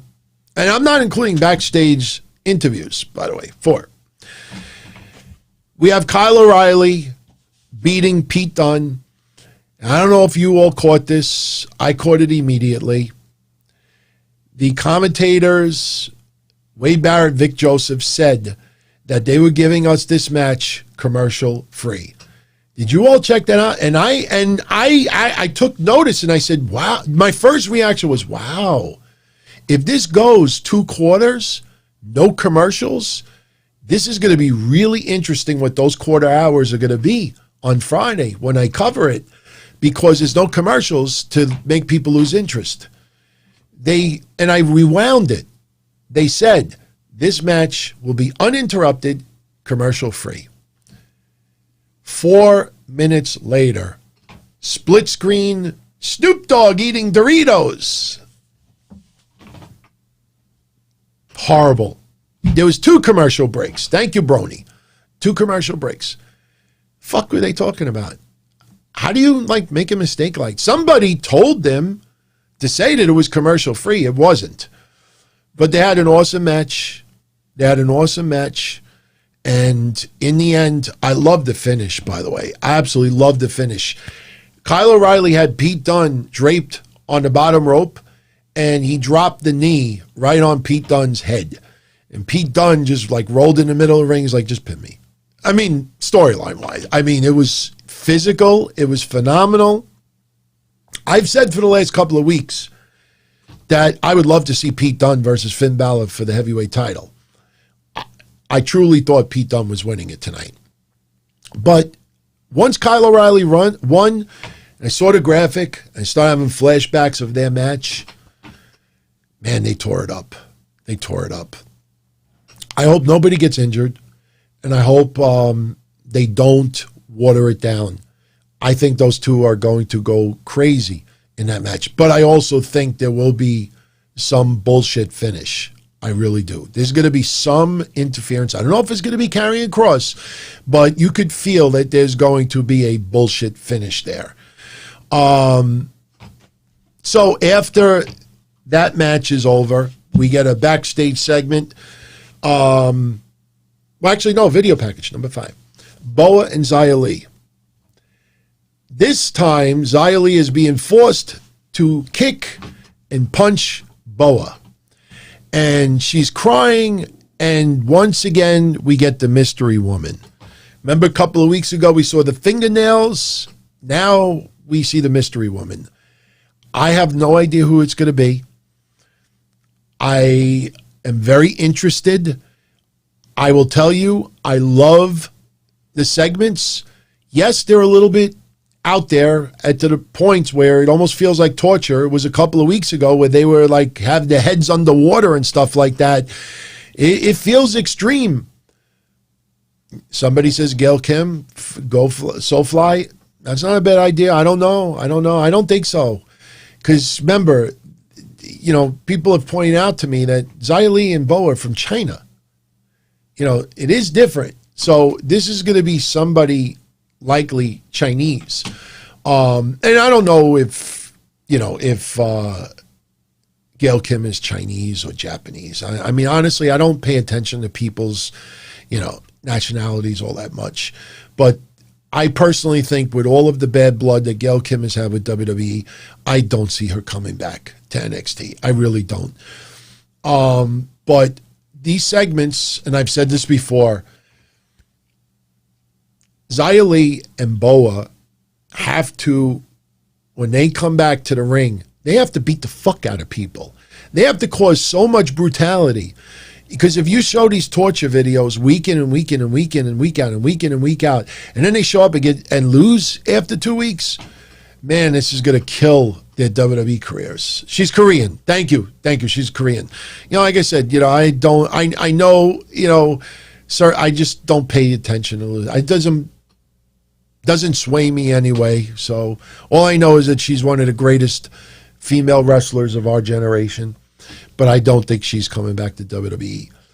Shotzi Blackheart, she has a match with Indy Hartwell.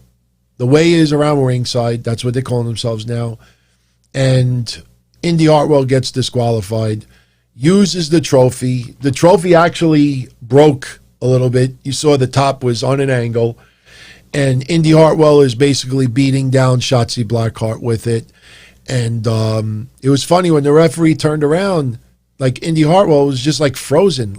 Like, did I do that? And they called for the bell. Yes, Gail Kim was awesome. Absolutely. Karrion Kross destroys Desmond Troy.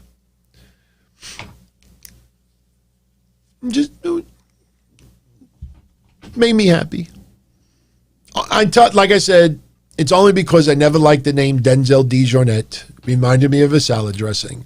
Karrion Kross stares down in the cameras, challenges Damian Priest for a match at New Year's Evil. So it is official. Karrion Kross versus Damian Priest in 3 weeks, New Year's Evil.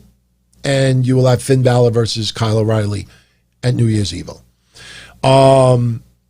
Dexter Lumis drawing the logo, as I said before. We have Isaiah Swerve Scott being interviewed, asked why he didn't shake Jake Atlas's hand. He lost. He got frustrated, interrupted,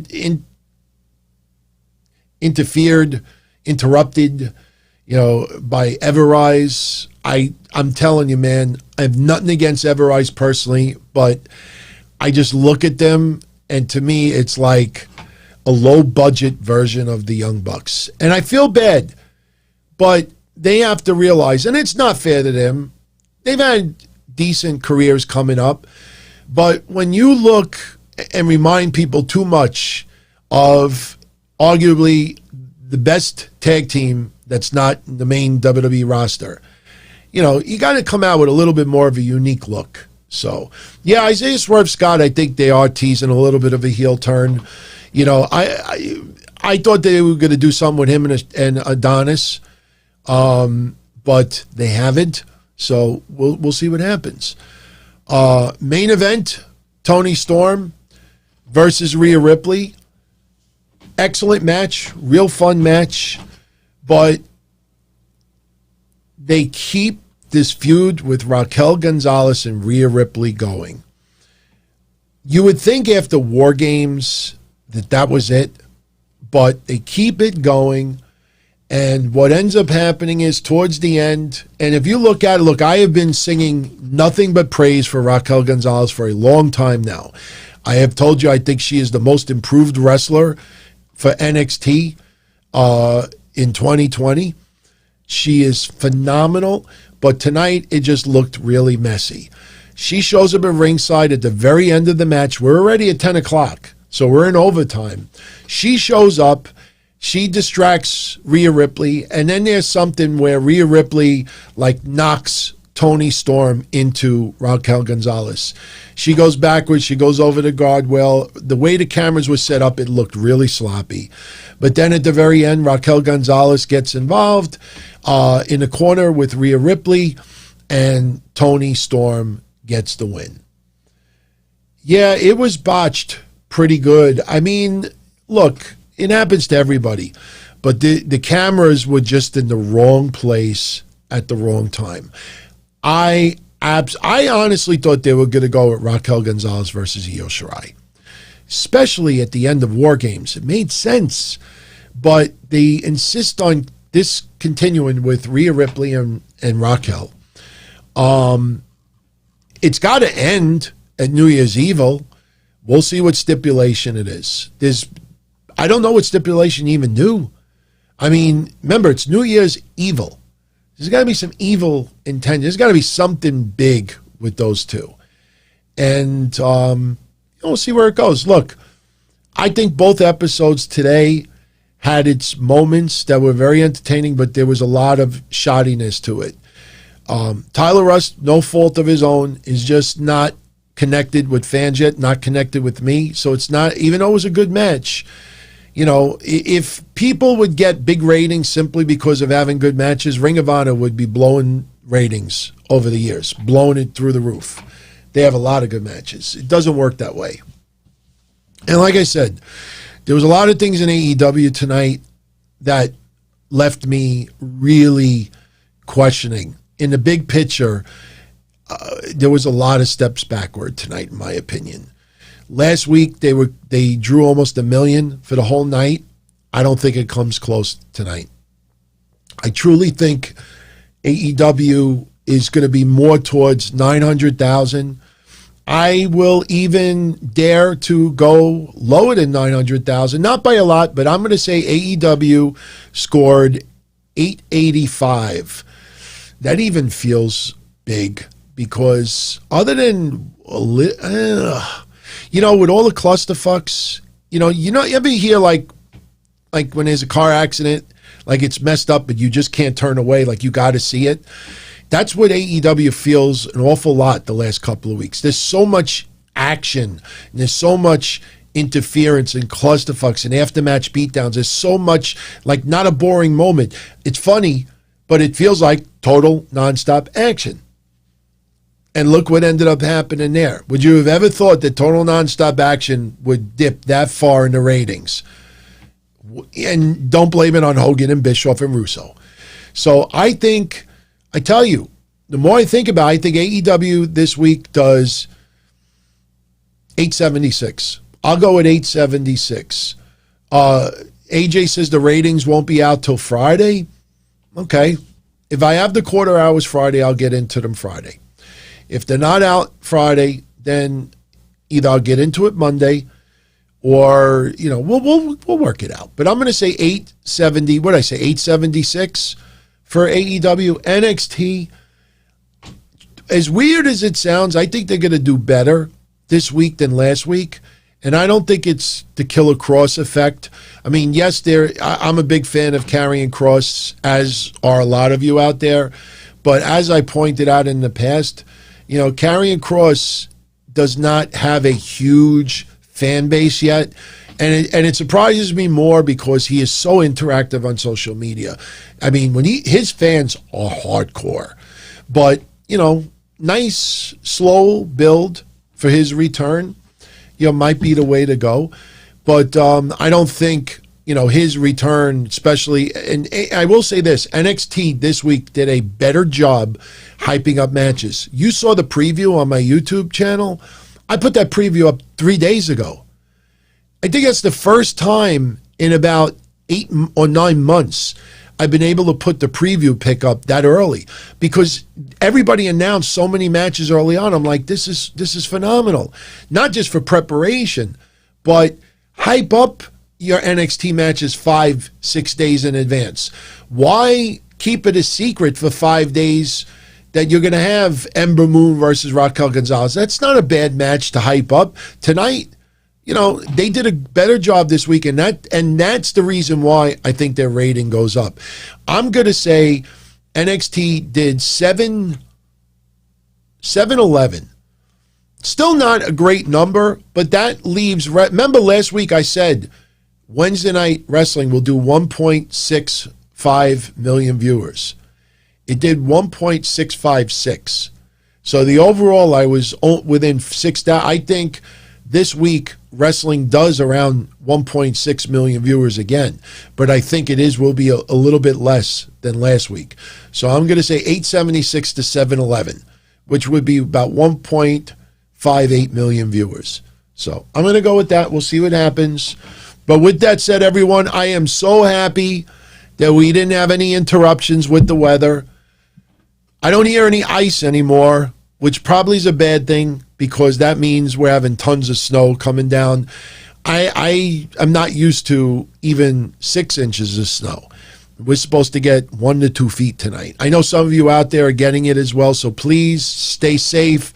And most importantly, don't be a superhero with the shovel tomorrow. I mean, it's no secret. I'm taking off from work tomorrow, but tomorrow morning I'm going right to the parents' house, because I know my father.